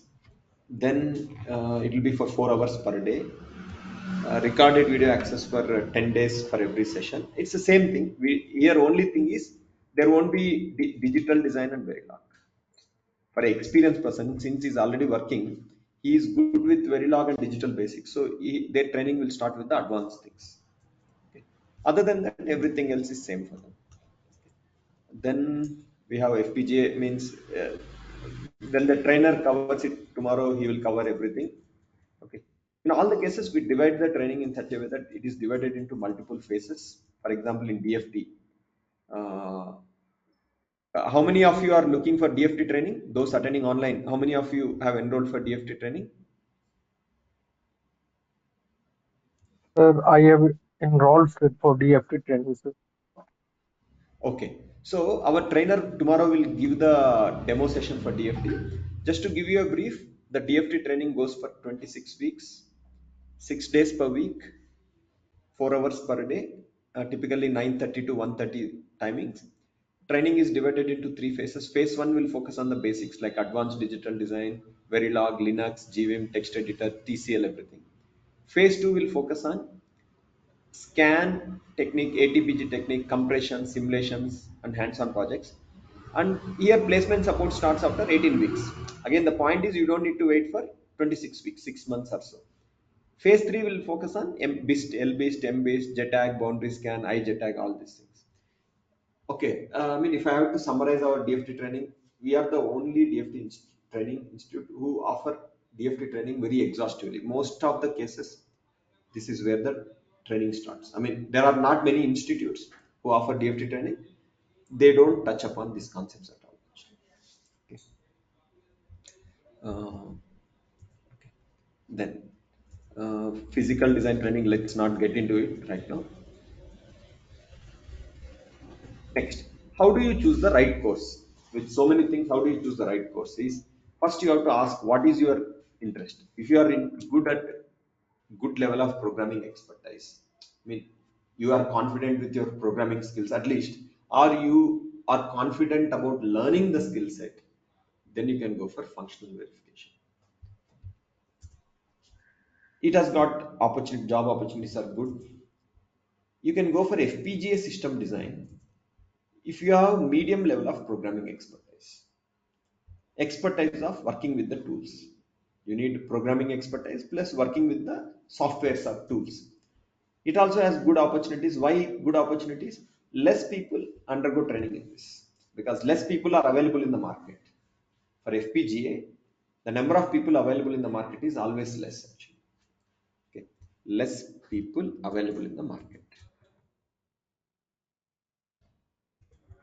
Less number of people,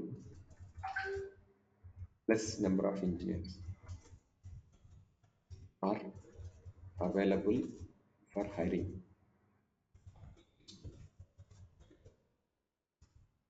You understood why it has better opportunities? Because less number of engineers are available, so you have, that gives you the opportunities. Competition will be lesser. Competition is less. Next, third is backend domain. That is like physical design, DFT, and custom layout. They don't require any programming expertise. Mostly tool and technology based oriented job. They don't need physical design, DFT, custom layout, STA, and custom layout. They don't require any programming expertise, mostly the tool and technology oriented job. So like this you choose. And if you are confident with your programming skills, you can go for this. If you are okay with medium level of programming and expertise working with the tools, you go for FPGA. If you don't like programming at all, go for one of the backend domains. Okay. Now, in the institute, we have a flexibility where you can switch one domain to other domain. Let's say you join functional verification, you don't like it, up to 2 months, you can switch to other domains. In VLSIGuru Institute, in our institute, student has option to switch the domain up to 2 months. No cost, at no cost.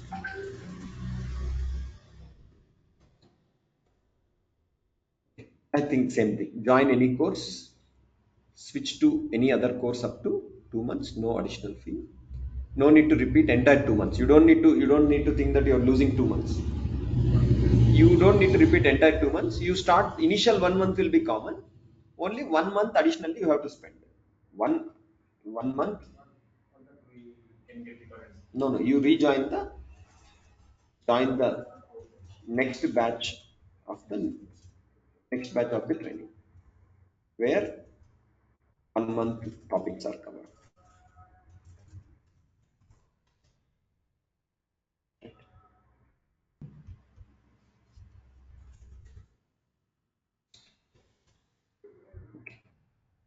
Preparing for a job in VLSI.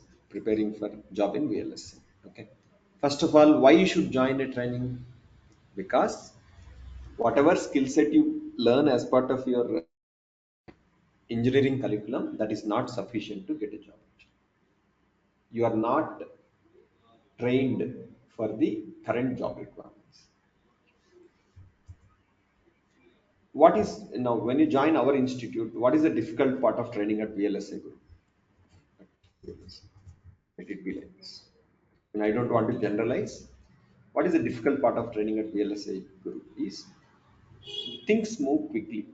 Means it's a 8 months training, which you will realize that it is very similar to 2 years of your BTech coursework. How much knowledge you gain in 2 years of your BTech, you will learn so much knowledge in 8 months of training. Okay. For example,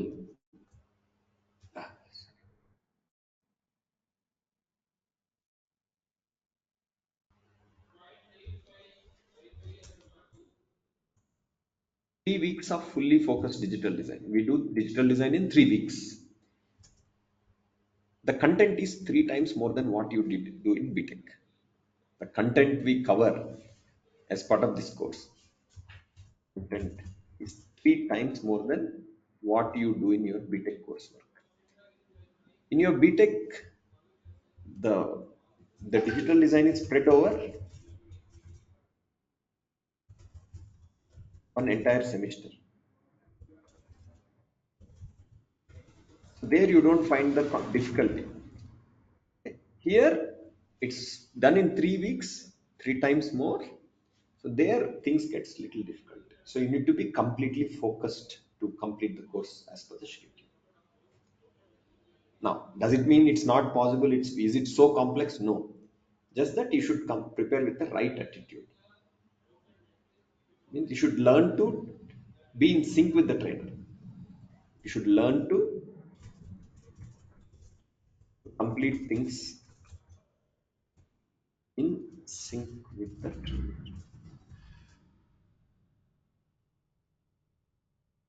Now, Verilog. Similarly, Verilog is a 8 weeks course. What we teach in Verilog is a lot more than what you do in your coursework actually. Okay. One full semester course in BTech. Again, the point I am trying to tell is what you learn in your college is just for getting a percentage. What you learn here is because you have to go and do a job. They will pay you salary. For getting percentage, no one pays you salary, right? Does anyone pay you some extra money? No. When you get into job, they will pay you only when you do some work for them. For that, you need to learn everything very well.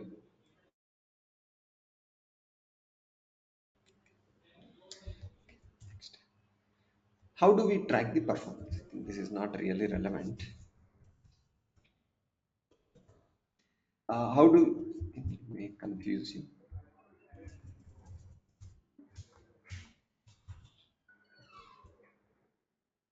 Overall, a good 6 hours effort per day, including the session times, is sufficient,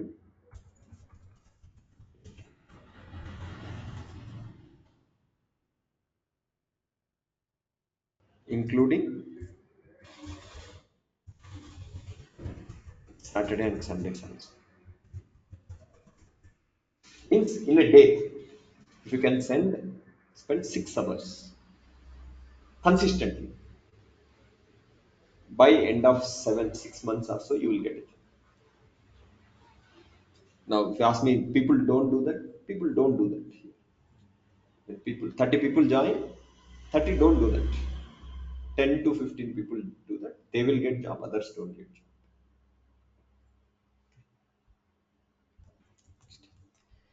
We do track the student performance. We use parameter like simple good performer, average performer, and poor performing student. And not to discourage them, not to no, for not for negative. We do this for positive purpose. What is that? We track who is not performing well, why he is not performing well, what support he needs. Can we arrange some dedicated sessions for them? After all that, if they don't learn, if they don't show that motivation to learn, then we leave it. Performance tracking. How do we come up with this performance tracking? Is 50% focus on the assignments. How do you submit your assignments? How do you complete your assignments? For every assignment's completion, we conduct lab sessions. For assignment completion, for all assignment completion, lab sessions are conducted.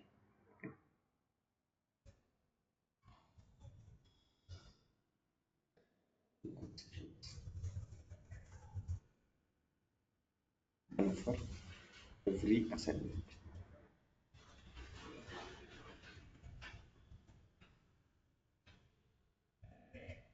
%10 focus on the attendance, 20% on evaluation test, 10% on presentation. We take all these parameters. Most important thing is the assignments. We also conduct mock interviews, everything. What is the final goal of 32 weeks training? Is 8 months of training, right? 8 months of training is student should be enabled to student should be enabled to work in the job independently. Simple. When you join a company, if you keep asking your senior for help, everything, how to open a file, how to do something, then they don't need to hire you, right? They can only do the work.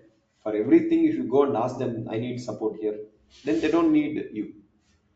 So you should become independently. You should be able to independently work, understand the problem, come up with the solution, implement it.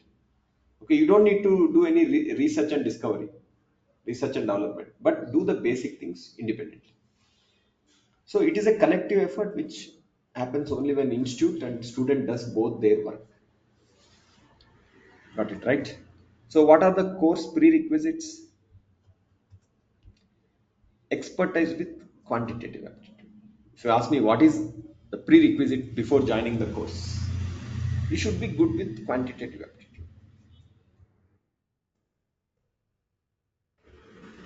Student should have ability to understand the problem. Should be able to do logical analysis, basic analysis of the given logic, like how to write simple equations, how to solve simple equations, those kind of things. If a person doesn't have that ability to pick up the small things, whatever we teach, they cannot learn. Okay.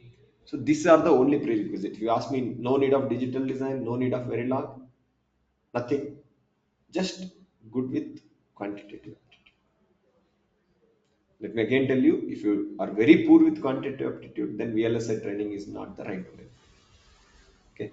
You go to just any quantitative aptitude paper, just sample quantitative aptitude questions. Take it.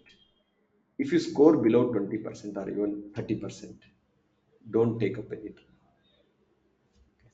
Take some sample test. Take a sample test. Why I'm telling is because you will waste your money, time. Okay, score less than 30%, then no training is suitable for you. Even if you join software training, you will not get a job. First, focus on gaining expertise on this thing. I mean, become good with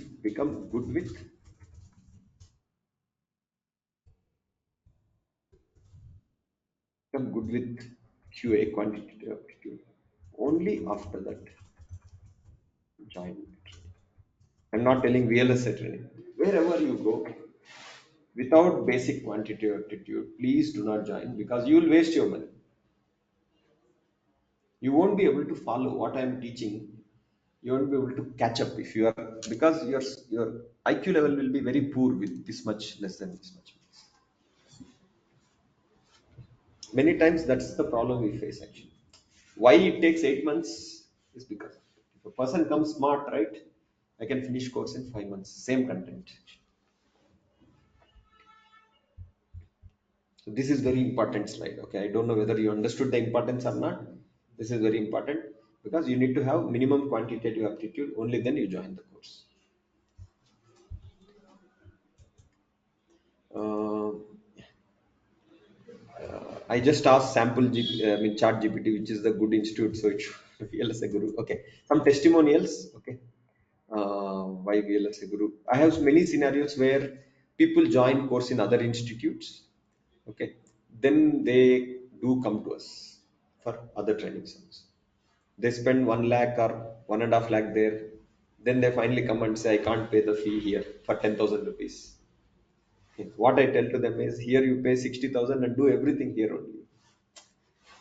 then there is no need for you to pay 1.5 lakh in some other institute. Okay. Yeah, so that's all. I mean, whatever skill set is required, like the Linux, GVim, digital design, everything is covered from the scratch. No expectation from your side that you should. Only expectation is what? Should come with good aptitude. Okay. Every other skill set is covered. Whatever is required from a job perspective, everything is covered from the basics. Okay. Yeah, I think that's all. Any questions? We are done with the demo. So I'm not going into the technical aspects of functional verification. The only thing understand is everything is done from the basics with a lot of time given. That's why we are doing it for 8 months duration. The course is completely assignment oriented. For each and every topic there will be assignments. For example, if I go to uh, Verilog assignments, there will be almost 20 plus assignments. Each assignment is very detailed assignment. Go through. See, these are all the very detailed assignments for each and every topic. It's not just going to be like one line, do this. There's a detailed steps will give what to do, how to do all those things. Okay. Yeah. So any questions before we end this session? I mean, I now we can go over question and answers. Any questions?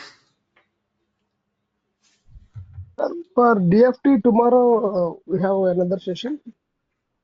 Demo. Yes, our trainer will inform you the schedule regarding the schedule. We will inform you. In the meantime, I will give you the demo video. Can you share your email ID once in the WhatsApp or Yeah, I can. mobile? Yeah. Please share your email ID. I will send you the one previous batch recorded video also. And in the meantime, our admin also will inform you the schedule. Now, someone has Yeah, posted a sure. question. Please, Sir, Abhishek, you kindly please please, hello, uh, please share public me the so that demo everyone. video of DFT, sir, also. Yeah. No, those who want to attend DFT, please just say DFT in the chat window. Okay, sir. Some students have questions. Let's take those things. What is hybrid?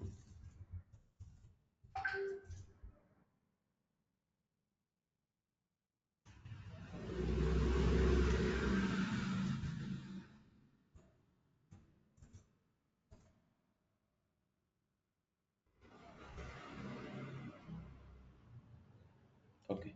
So some of the question I'll try to answer. Okay. I want UVM advanced also in functional verification training. Is it possible? I mean, it will be possible with that additional cost. Basically, you will have to pay the additional fee for UVM advanced part. I think it will be somewhere around 8K plus GST only for the advanced aspect. Other than that, everything else will be same. What is hybrid model is uh, every session you can attend offline or online. You are not going to ask today you came to institute, you attended offline. Tomorrow you can attend online. That is possible. Even 1 month you attend offline, 1 month you go back to your native, attend online.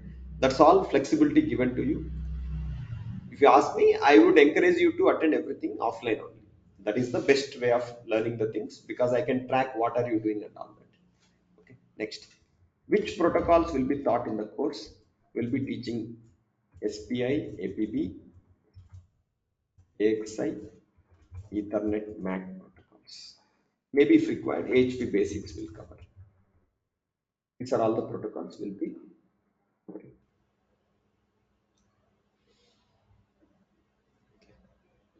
Any other questions?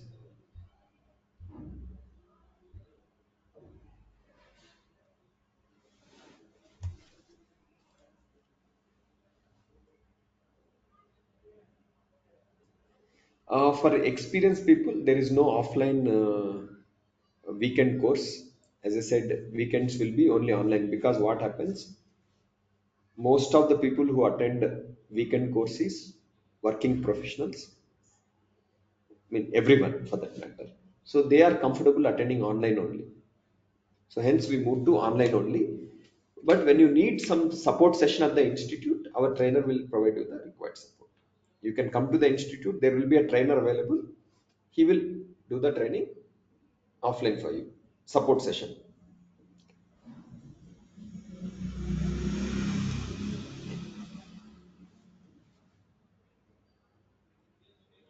Any other questions?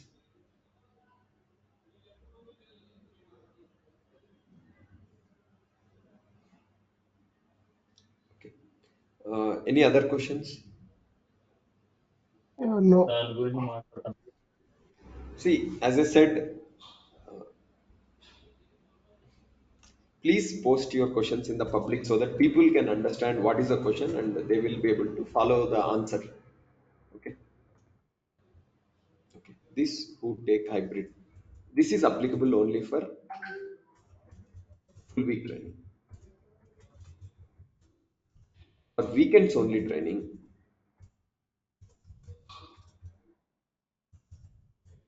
will be online only. But for doubt clarifications, you can come to institute anytime. There is no restriction on that. You can come weekdays, weekends, anytime. It's fine.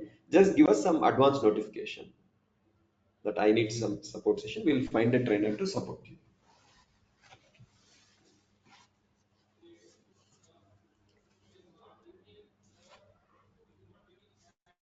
Any other questions?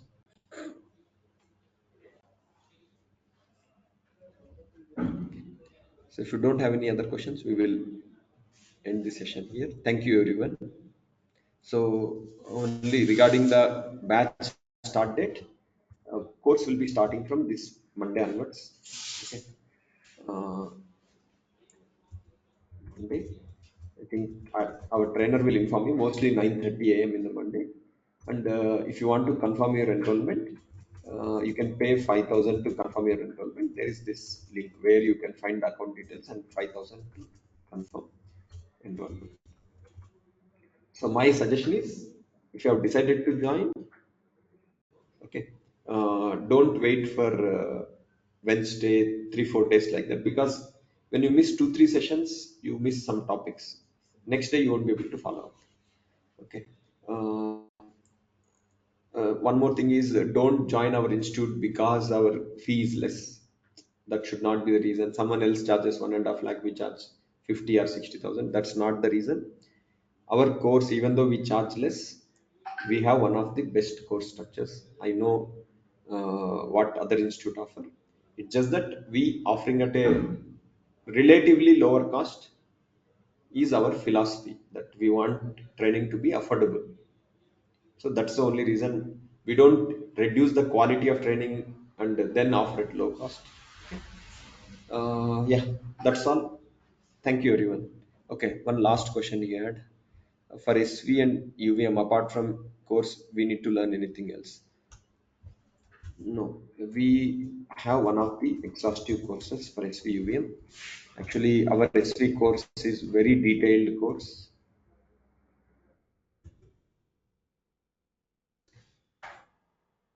For example, our SV presentation itself is 750 slides. Okay. It's a very detailed presentations, everything, covering each and every aspect, why we do test bench, how we develop test bench, everything from scratch it's covered. So, okay, you don't need to really learn anything outside of it. If there is a need, we will tell you. If there is anything to be learned outside of the institute, we'll inform you. But if you can focus whatever as a trainer we are teaching, everything gets covered in depth. Okay. There is no need to learn anything from your side, from outside. Yeah, we will give the recorded video, Vinayak. We'll send it to you over the WhatsApp. In the WhatsApp also, you can request. After 1 hour, it will be available. You can request, then our admin will send you the link. Okay. Thank you, everyone.